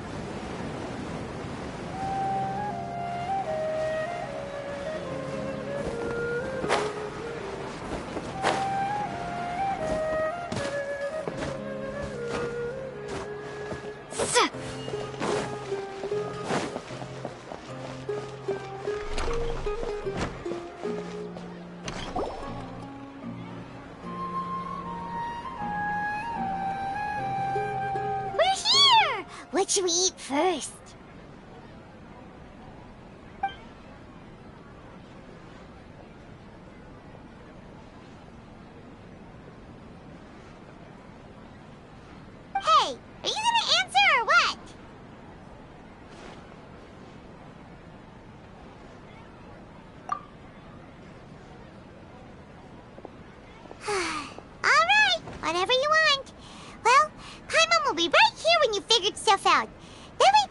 something to eat.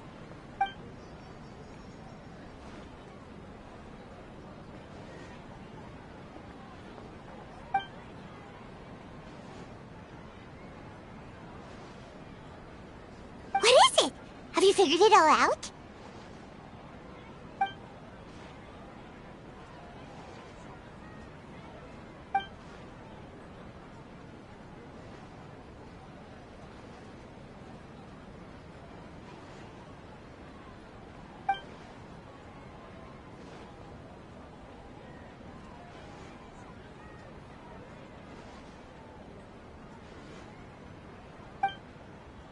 Why'd you jump up all of a sudden?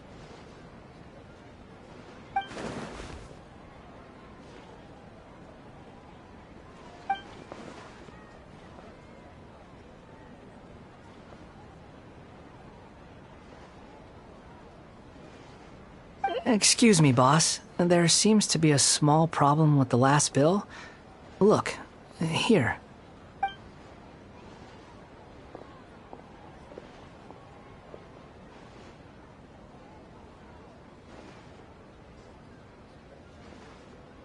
Hey! Hey, wait!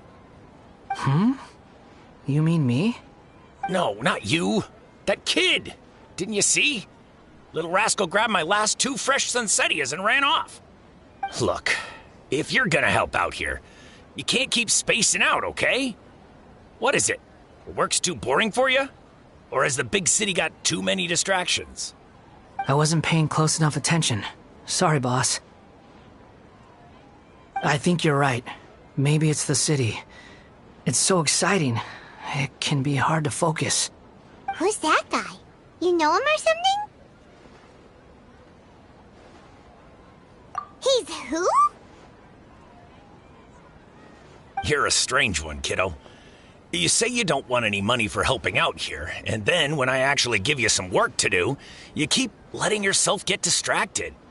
I don't want to take advantage, so I'm happy to pay you what I'd pay anyone else. But if you keep acting like this, pretty soon I won't be able to afford to. No, please. I mean it. You don't need to pay me anything. I'm just so thankful you agreed to take on an outsider like me. You're welcome, I guess. But I got bigger things to worry about. Look, we're all out of Sunsetias, and I promised the lady down the street I'd deliver a fruit bowl this evening. Leave it to me. I'll find some more. Just a moment. I'll be right back. Stop. I'm gonna level with you, kiddo. I've never met a worker who said they didn't want a wage before. And at first, I got greedy. Couldn't believe my luck. But I figured you'd start asking for something in return eventually. You don't want money. You don't take days off. And in your free time, all I see you do is wander around, taking in the sights. Are you a drifter or something? That's right, I am. We can talk more about that later. First, let me get those fruits you needed. Sunsetias, was it?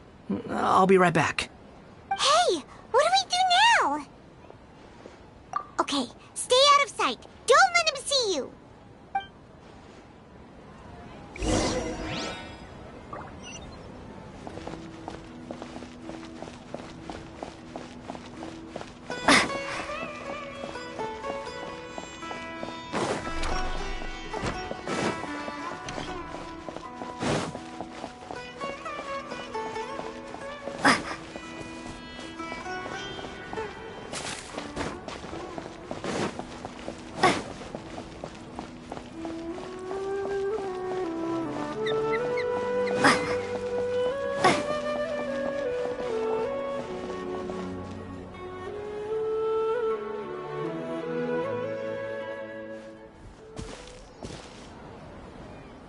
Yeah, this'll do. Even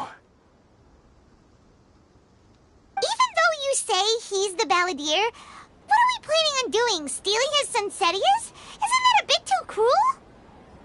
Oh, all right. This should be enough. Guess I should wash them before I take them back.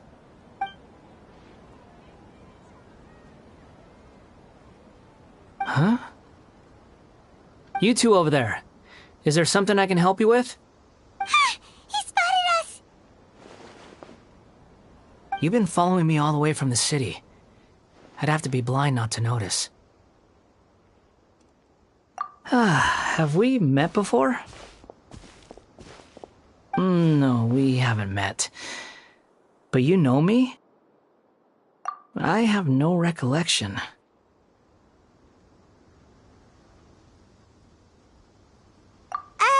Are you absolutely sure?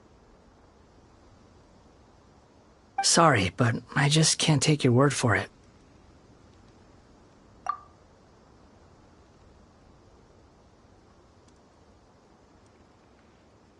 A puppet? What makes you think that? Huh? You were right! The look on his face! I guess you do know me after all. That is not something I share with a lot of people. Look, I'm just a wanderer. But seeing as you've gone through all this trouble to track me down, I'm sure whatever it is must be important. Okay, but please let me deliver these goods to my boss first. Are you really working for that guy? He said you don't want any more for it. Is that true? Yes, I ran into him out in the wilderness during a storm, and he let me take shelter in his cart. In return, I said I'd be his helper for a while. That's oddly nice of you. Let me take these back. Then I'll come with you, okay? Then let's return to the city.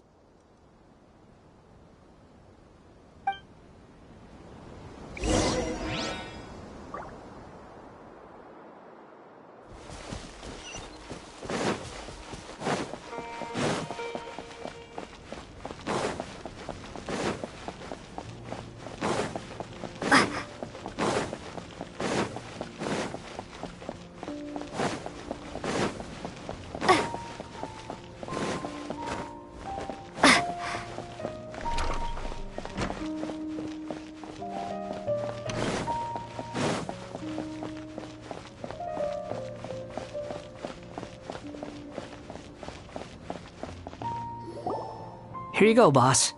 I'll leave them right here. Oh, you really went and picked some more. Who are these two? Something's come up, and they need to borrow me. Sorry, boss. I'm afraid I'll be away from the stall for a while. I was just about to pay you anyway. Go wherever you want, kid. Don't waste your time here. What? I get it, okay? You just wanted to help me out, to thank me for giving you shelter from the rain that day. Even then, I don't understand why you're so adamant that you don't want any pay for it. But look, it was pouring down, and there you were, sauntering along without a care in the world, like you had nowhere to be and didn't even care that it was raining. Imagine you were me for a second. It's a little weird, right? Why is this guy traveling during a rainstorm if he's not trying to get somewhere? And why is he taking a shortcut through the open country if he's not even in a hurry? But anyway, taking you in didn't put me out even slightly. You don't owe me a thing for it. Certainly not all this. Your time is valuable. You know, you should go live your life. But I don't...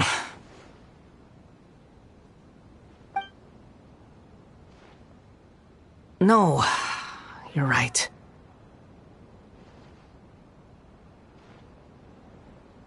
Then I suppose this is where we say goodbye. Thank you again for taking me into the city. Don't mention it, kiddo. I've run into all kinds of characters over the years. I just hope you find your path. Thank you.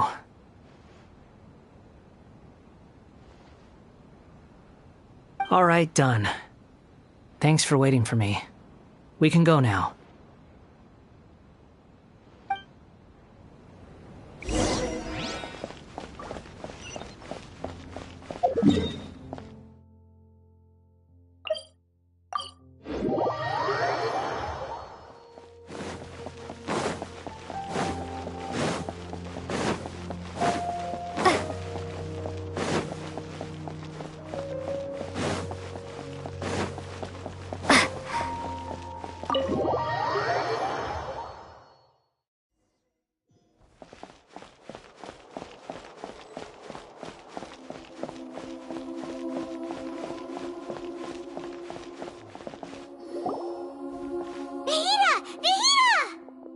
What's wrong? Huh? Are you? Hello. I do apologize for the sudden intrusion. We found this guy in the street, but he doesn't seem to remember anything. So, yeah, quite an eventful walk.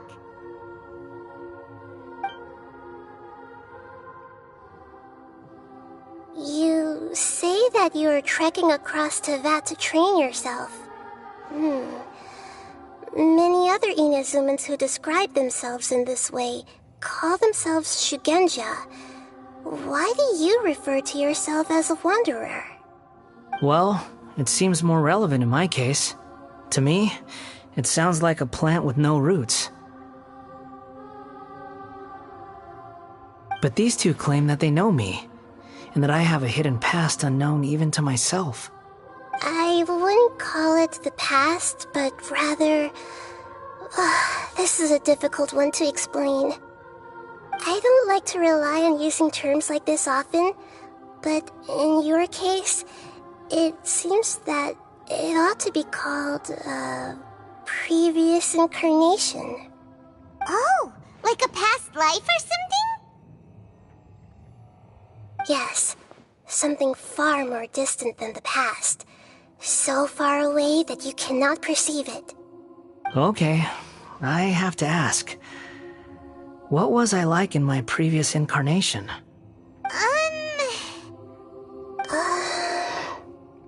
Oh, okay.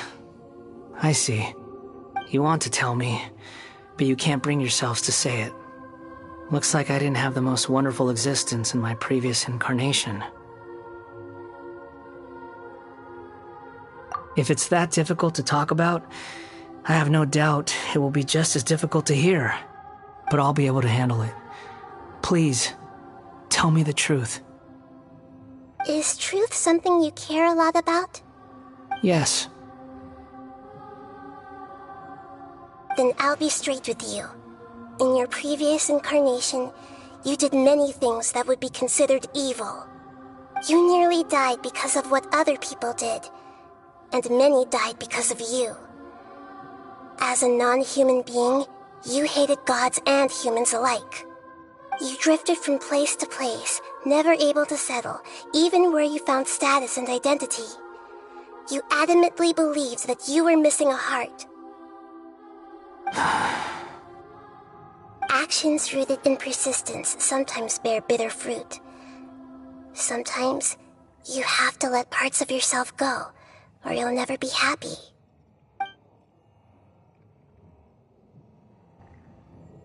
I gave everything I had, but it barely changed history at all. In terms of the outcome alone, that's true. I don't think I can judge everything I've heard purely in terms of right and wrong. Each choice a person makes belongs to a specific place and time, a chain of cause and effect, a cycle of karma and consequence. That is the nature of truth. If one thing is right, its opposite must be wrong. And yet, dichotomies like this are not enough to explain the world in all of its complexity. It seems like my previous incarnation wasn't the most likable individual. We're not trying to hurt your feelings or anything, but yeah, we weren't your biggest fans. If we were enemies, why are you trying to help me find the truth? This is so frustrating! This guy's supposed to be our arch enemy, but now he's just some random stranger we met on the street! He's got so much to answer for, but we can't make him talk because he doesn't remember anything. What a weird situation. Lesser Lord Kusanali, as the god of wisdom, I trust that everything you told me must be true.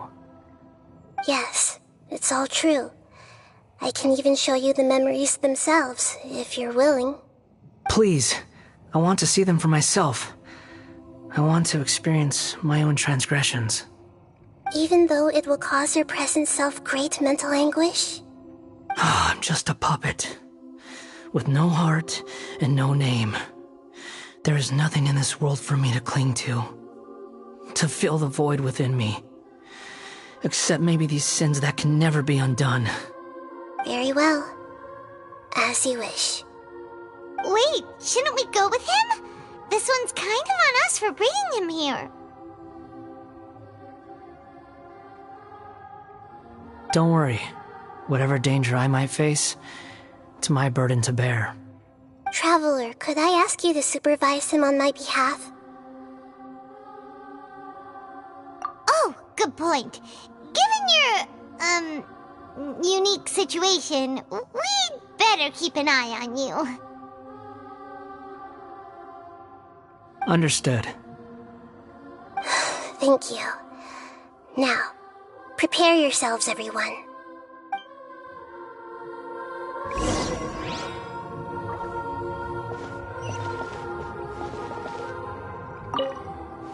No matter what lies ahead, I'll face it. Whatever it takes. I'm just sorry that you have to join me for the whole thing.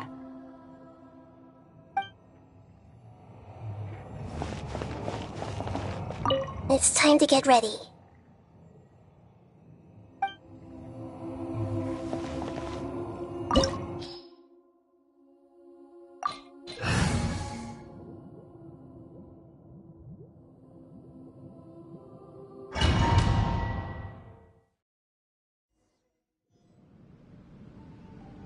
This looks like Inazuma. Right now, you're in a dream I created using information extracted from your memories. These memories will show you the raw truth, but be aware that enemies may react just like in the real world. Please be careful. Sounds like an immersive experience. It's a good thing we came along. You don't need to do this for me. I don't deserve your protection. We never give up halfway. Well, we had to once, but that was your doing. All right. Thanks. Wanderer, this is the Shake Pavilion. In your Balladeer incarnation, this is where the Electro Archon placed you after your creation. You had a great many memories here. Is that because this is kind of like his birthplace? You could say that, in a sense. You'll see why shortly. I hear footsteps. This place is huge. I can't believe the landslide didn't fill it in. I wonder who built it. The Crystal Marrow Miners? No, there's no way. Look at this exquisite construction work, and so well preserved, too. No mining crew would be capable of this. There's someone passed out on the ground. Who are you? You're awake. What happened? How'd you get stuck here? Are you injured? Not a scratch. And these fine clothes. Who are you? This man is Katsuragi, deputy to Torichiyo's adopted son, Mikoshi Nagamasa. He found the Balladeer in Shake Pavilion and took him back to Tatarasuna. And the rest is history. Well, it used to be. In the original version of events, Katsuragi was ultimately killed by Nagamasa. Let me get you out of here. Our people are nearby. Hang in there. During the Tatarasuna incident, Niwa was murdered by the doctor disguised as a mechanic. The Balladeer, then known as the Kabukimono, disappeared not long after. As the second-in-command at Tatarasuna, responsibility for what had happened fell to Mikoshi Nagamasa. But Katsuragi had sworn lifelong loyalty to Nagamasa after the latter had once saved his life. At Katsuragi's insistence, Nagamasa killed him to put an end to the Tatarasuna incident.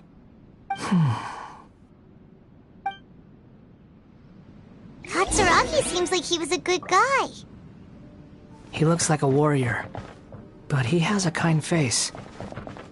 Why couldn't he live a long and happy life?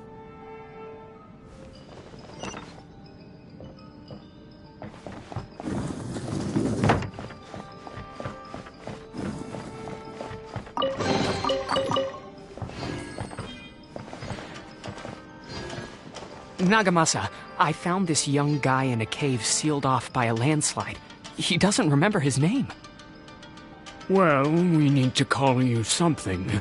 I hear the workers are calling you the Kabukimono. That's fine with me. Katsuragi, report to Niwa. Tell him we have someone new joining us.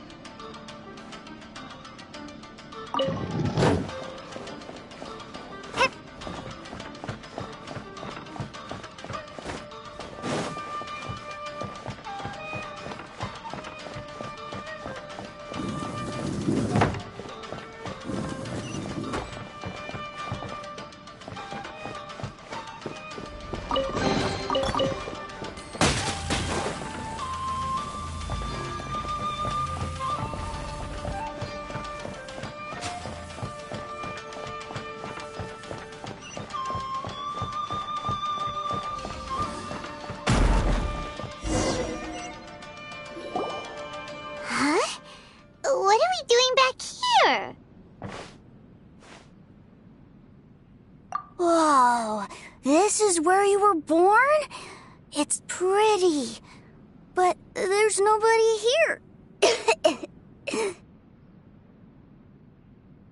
I was abandoned, like you. I lived here for a while at first, but there's nothing for us here. We can't stay. Okay. I heard my mom and dad used to make swords, but the factory manager died, and then my dad got sick.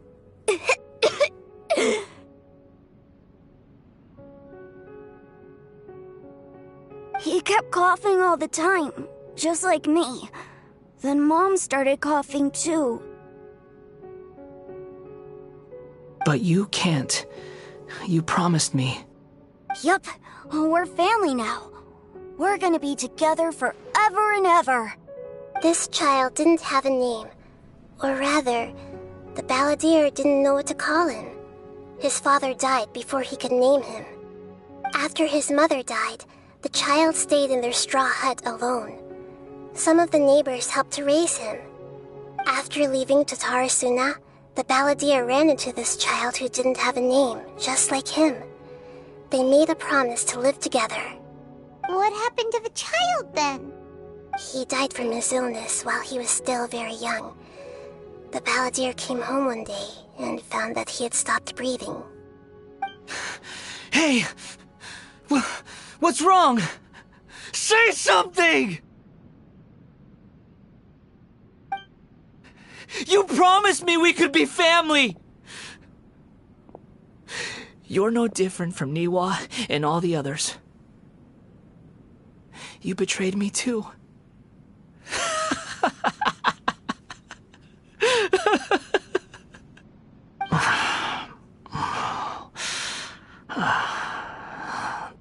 The voices have gone. It looks like the memory ends here. Let's keep going.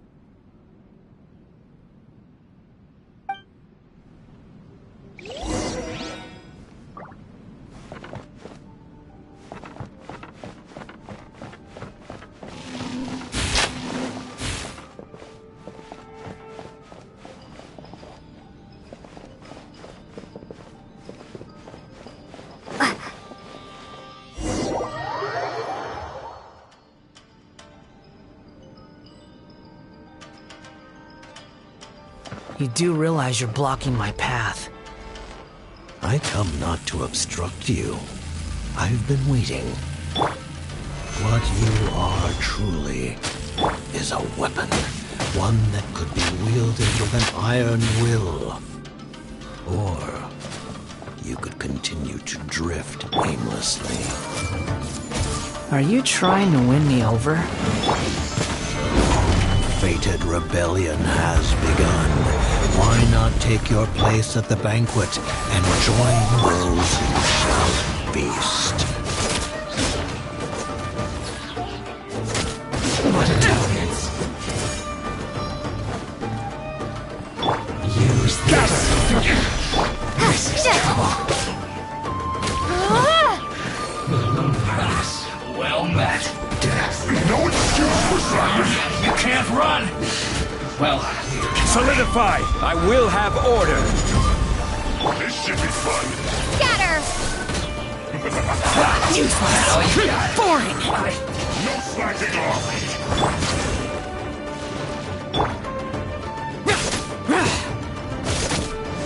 Useless! The Temple of Wisdom! Grow, grow, grow!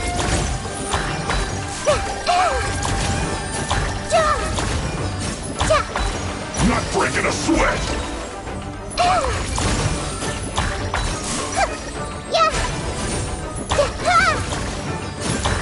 My duty at an end.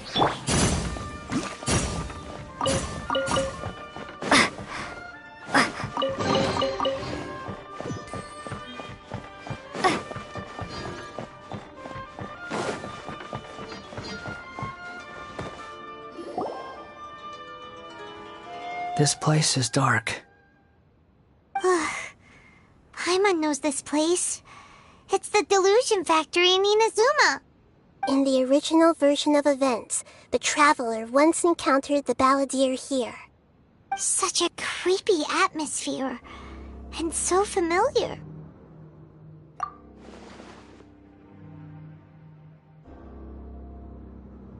Hey, look over there!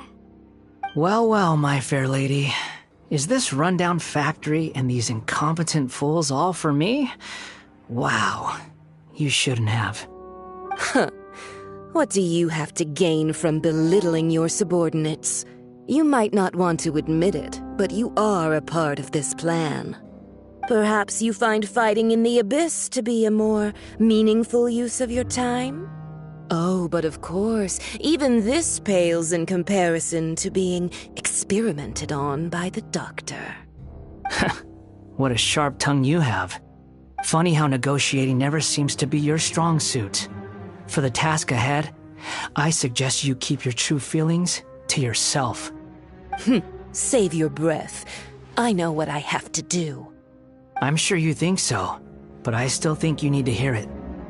Don't start thinking you're invincible, and don't let your emotions get in the way. Surely you're not worried about me. I just can't have you getting in my way. You and Child never fail to find ways to complicate things. I'm merely lighting a little fire in this chaotic nation. But you, being tossed out like trash, must make you want to destroy it completely. Do you remember the last time you were here? That was a lot of swordsmiths you killed. I'm sure the descendants of the Raiden Gokaden are still suffering the consequences now. Look at you. Oh, don't get so sentimental. Now, give that poor little tongue of yours a rest and stop pretending like you're above everyone else. Bye then. See you at the victory feast. Poor little tongue? She's playing with fire talking to me like that. Who does she think she is? Forget it. Someone might find me here any minute now. I should prepare to give them a warm welcome.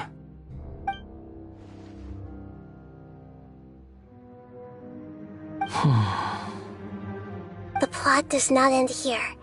There is more of this story to come. Wanderer, are you able to continue? Yes. Please don't worry about me.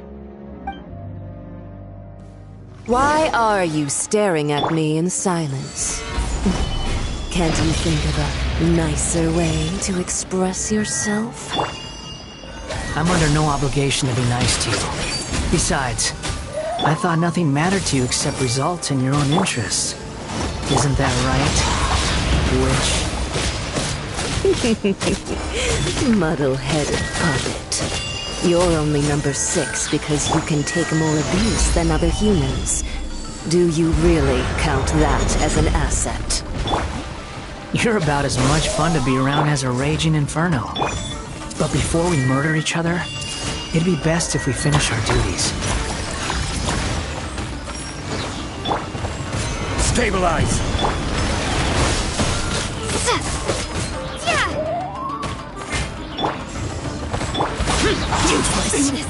There you are.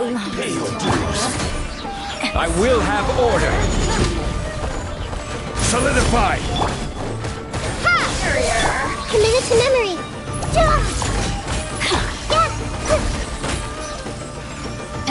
Sharing my knowledge. Let me amuse myself a little.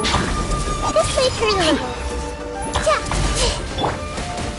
Prepare yourself. Order guide you. The merrier. Exterminate! You really know how to get me going.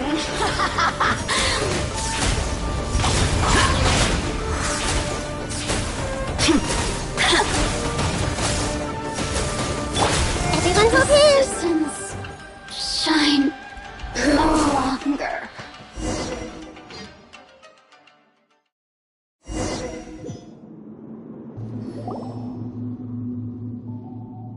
Looks like we've arrived in Sumeru. Is that? Considering that Amorta's sage, Nafis, refused to join this project, I'll take part in the experiment in his place. Welcome. I look forward to a fruitful collaboration.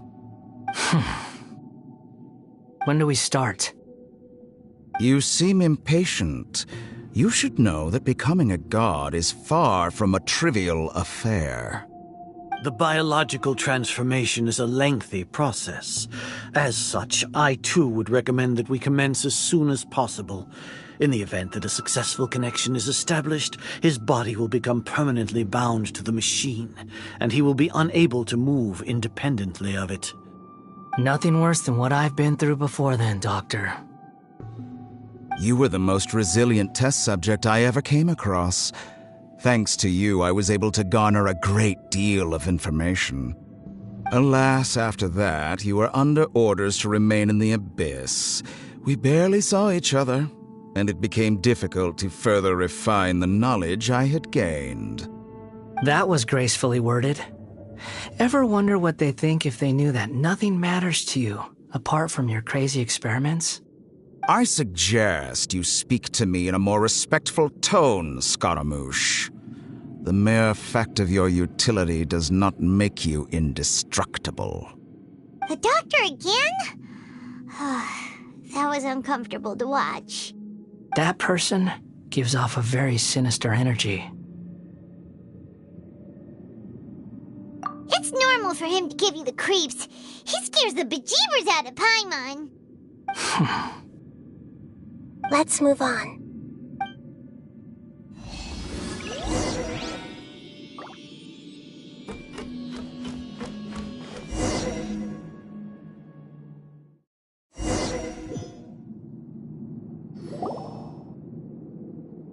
You're a god.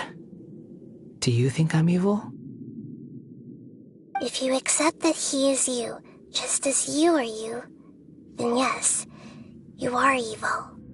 In your eyes, are there any differences between humans and puppets? Do you think there are any differences between your present self and your previous and future incarnations? If not, then what are the differences between humans and puppets? Whoever has tasted the joys and sorrows of life in the human realm is human. Whoever has loved and lost, cried with grief, howled with rage at the tragedy of death that eclipses the miracle of life, they are human too. I've seen enough of my past. If possible, I'd like to reclaim the sins that are mine to bear. No matter the consequences, I won't run from blame or punishment. Whatever I am due, let it come to pass. Can you return my memories to me? Huh? But won't that mean you'll lose your current identity? I've always believed that human lives follow a set of rules, with each person being a collection of past experiences. As a puppet living in a human world, my life is subject to the same rules. Regaining your memories means reverting completely to your previous incarnation. All the emotions that you discarded will return to you. Are you sure you want to do this? I've lived with a void in my chest my whole life. My creator didn't need me. And ever since I awoke, I've just drifted from one place to the next. But then I met you. And I finally realized that reclaiming my missing sins might be my one opportunity to become my true self.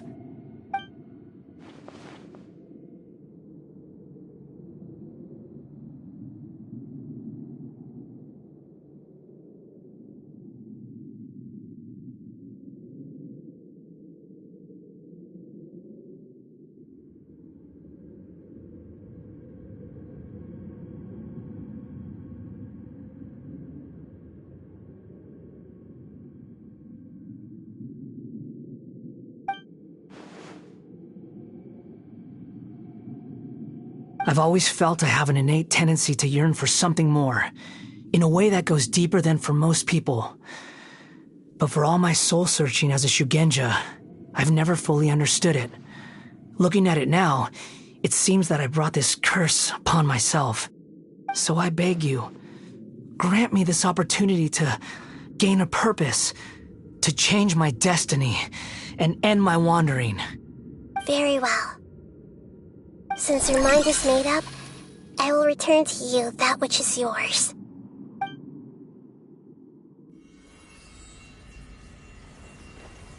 You have made your decision.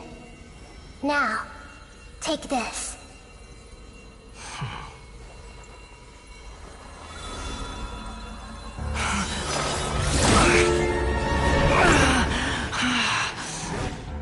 Set him free. A puppet? What's he doing here? You're a human as far as I'm concerned. Everyone's here. Wonderful. What a fine blade. Nagamasa will be thrilled. This is my...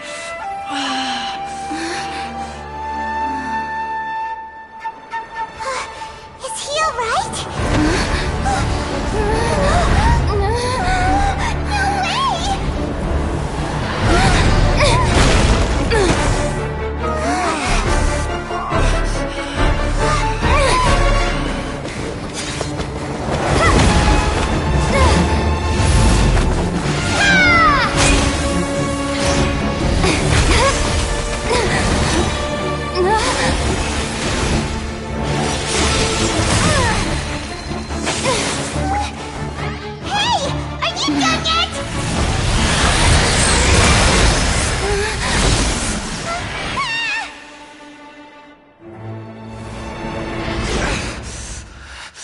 All worthless dross will be purged.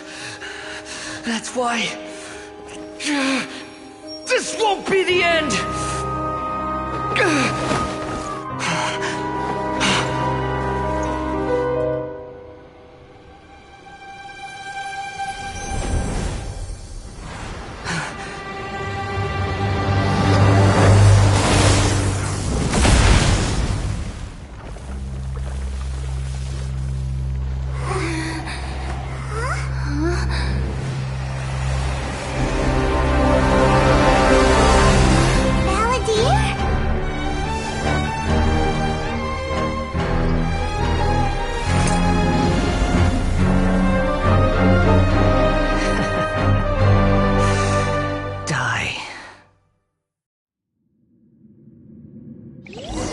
This is trying my patience.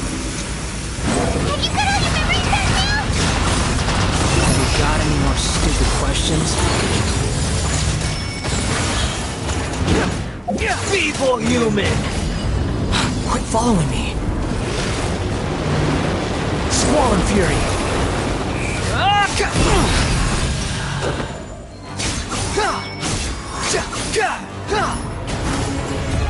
Insignificant past!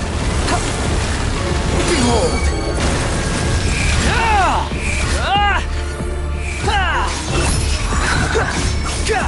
That's far enough!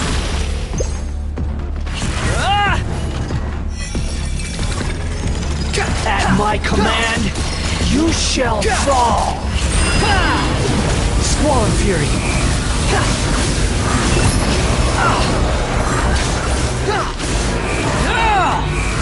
Bow your head, feeble human!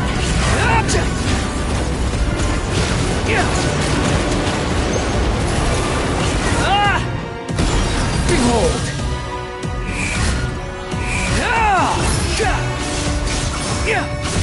My endless cycle begins!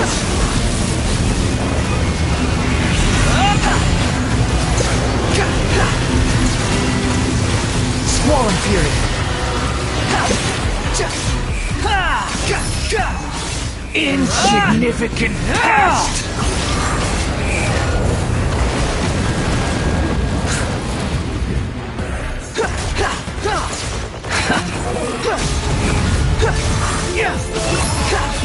Feeble human!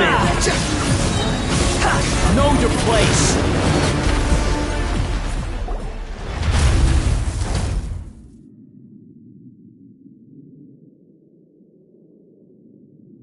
Imbecile!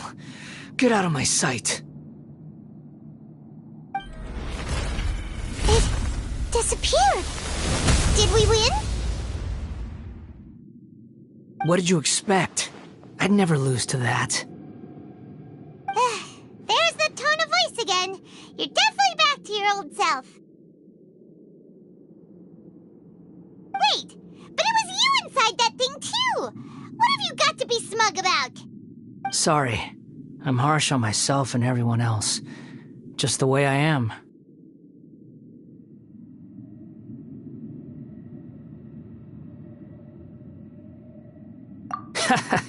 You sound like you're concerned about me.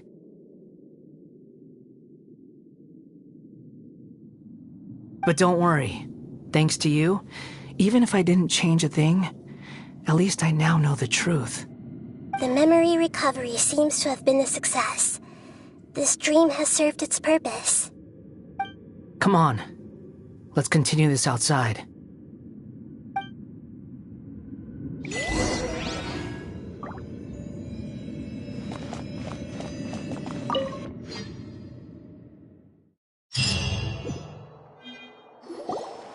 Welcome back, Traveler, Paimon, Balladeer.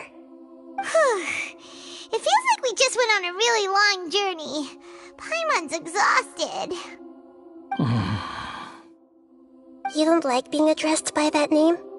It's fine. But I was just thinking, I should probably change it. After learning about everything the doctor did, there's no way I can carry on using a name connected to him. I'm not planning on returning to the Fatui, and they wouldn't take me back anyway. Recent events will have affected a lot of people, and they might not even remember who the Sixth is. So, you're quitting the Fatui for good?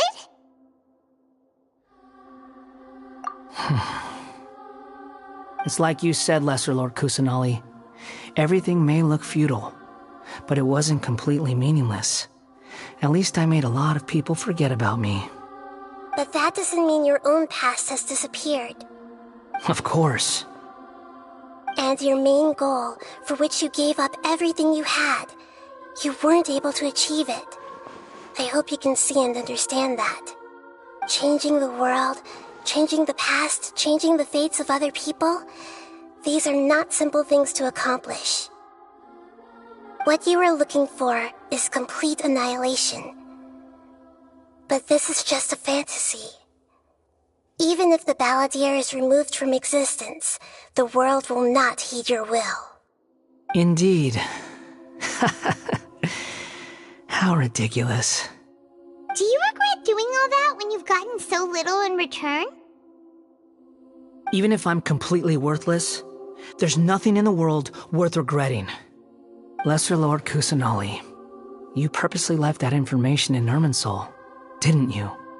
Yes, and I took pains to make sure that you'd acquire that information naturally. Why would you go to such lengths? You trying to win me over too? In all honesty, your past experiences have made you a useful asset to Sumeru and to me. Winning you over was indeed a part of my plan. But before that, I wanted to tell you the truth about your past. If all I wanted to do was use you, then I'd be no different from the doctor. Very clever. I guess you could say that's one of my virtues. Utility to others is what gives me worth. So if embracing my sins is what it takes to make me useful again, so be it. Oh, right. I almost forgot. You're the good guys. You're into justice and all that. Sorry if I have a slightly different perspective on things, but I don't feel like I've been duped. The wisest leaders are fated to end up with the best helpers. I can live with that. I'm glad you're able to think of it in that way. Traveler, in the future, I'll continue to search Irminsul more deeply and see what secrets can be uncovered, including the beginning of your twins' journey recorded in Irminsul. What exactly happened before and after that point? I want to know as well. I will try. Traveler. After I dove into the information torrent in Irminsul, why did you go to Inazuma?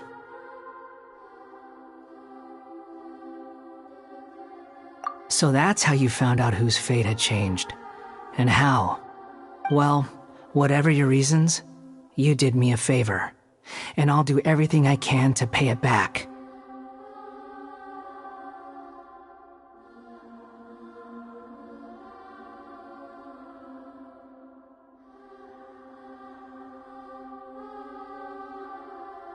Borrowing and returning are the only real relationships between individuals. I'll balance the books one day. Don't you worry. That's not true. A relationship between two people is not simply a ledger that can be reset to zero. I think deep down you realize this.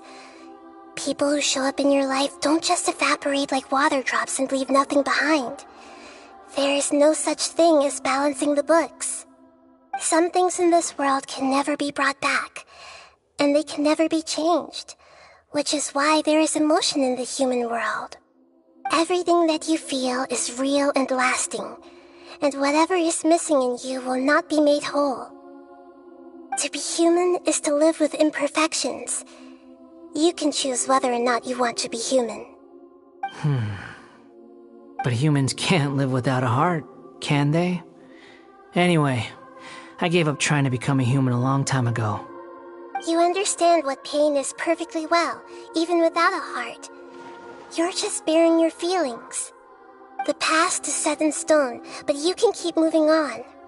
And the longer your future lasts, the shorter your past will become, until one day, it is but a tiny fraction of your life. Sounds like you've got a future planned out for me. Everything's ended up being pretty darn complicated. Paimon doesn't even know where to start, but the most important thing now is that you need to follow Nahida. Otherwise, all our efforts will have been for nothing.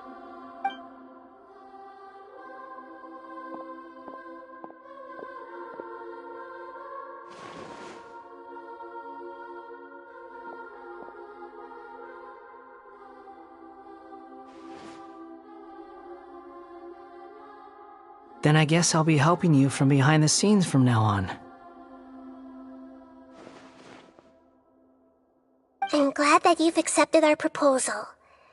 Why don't you choose a new name to celebrate? Ooh! Paimon wants to pick an ugly nickname for you, too! Why? Because Paimon still doesn't like you that much. Then I hope we don't see much of each other in the future. A name is life's first gift. You didn't say it out loud, but I know that's what you're thinking.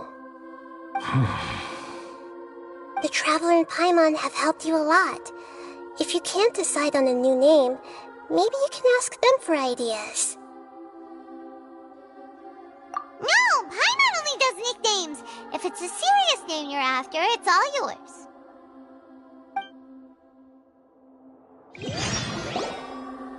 Have you got anything?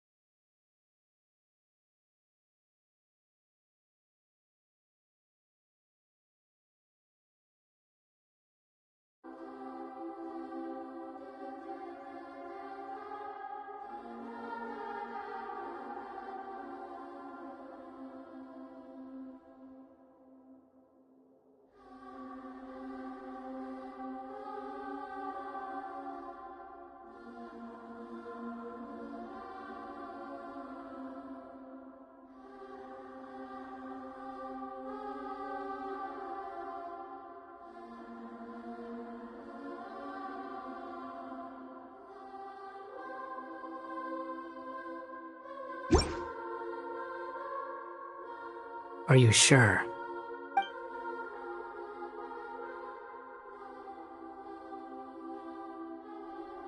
Oh, all right. If you say so. There. Now you have a name of your own. What about a nickname? Are you done yet? Still thinking. Stop rushing me! Take your time. I don't need to see you again until you've thought of one.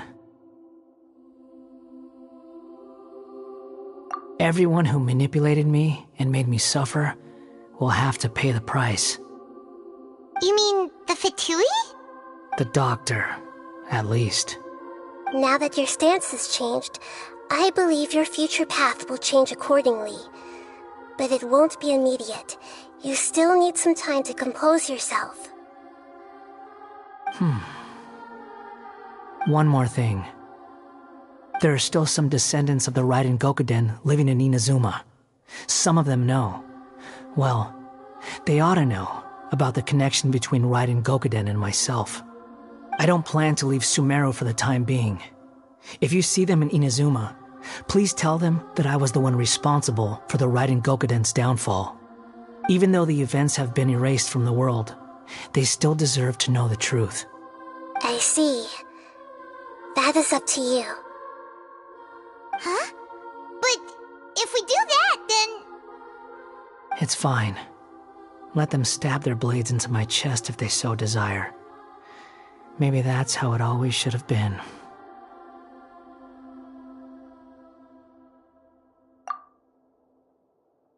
What's that look for? Don't make that face. I know what I'm doing. That day will come. Alright, we're done here. Goodbye, wise deity. And you too. He's gone. What he went through today would have been like living an entire lifetime in an instant. He'll need some time to calm down. Yeah, true. But even so, after everything that's happened, he doesn't seem quite as fierce anymore. So we can finally go eat? Paimon is starving. Thank you both. I hope you will find somewhere nice to go and relax for a while.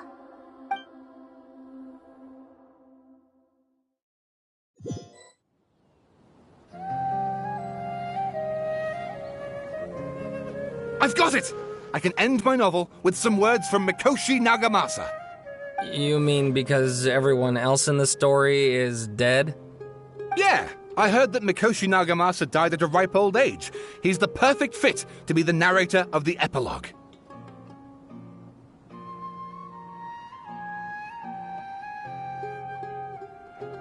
The dark clouds had dissipated, but they continued to cast their shadow in Mikoshi Nagamasa's mind for decades to come.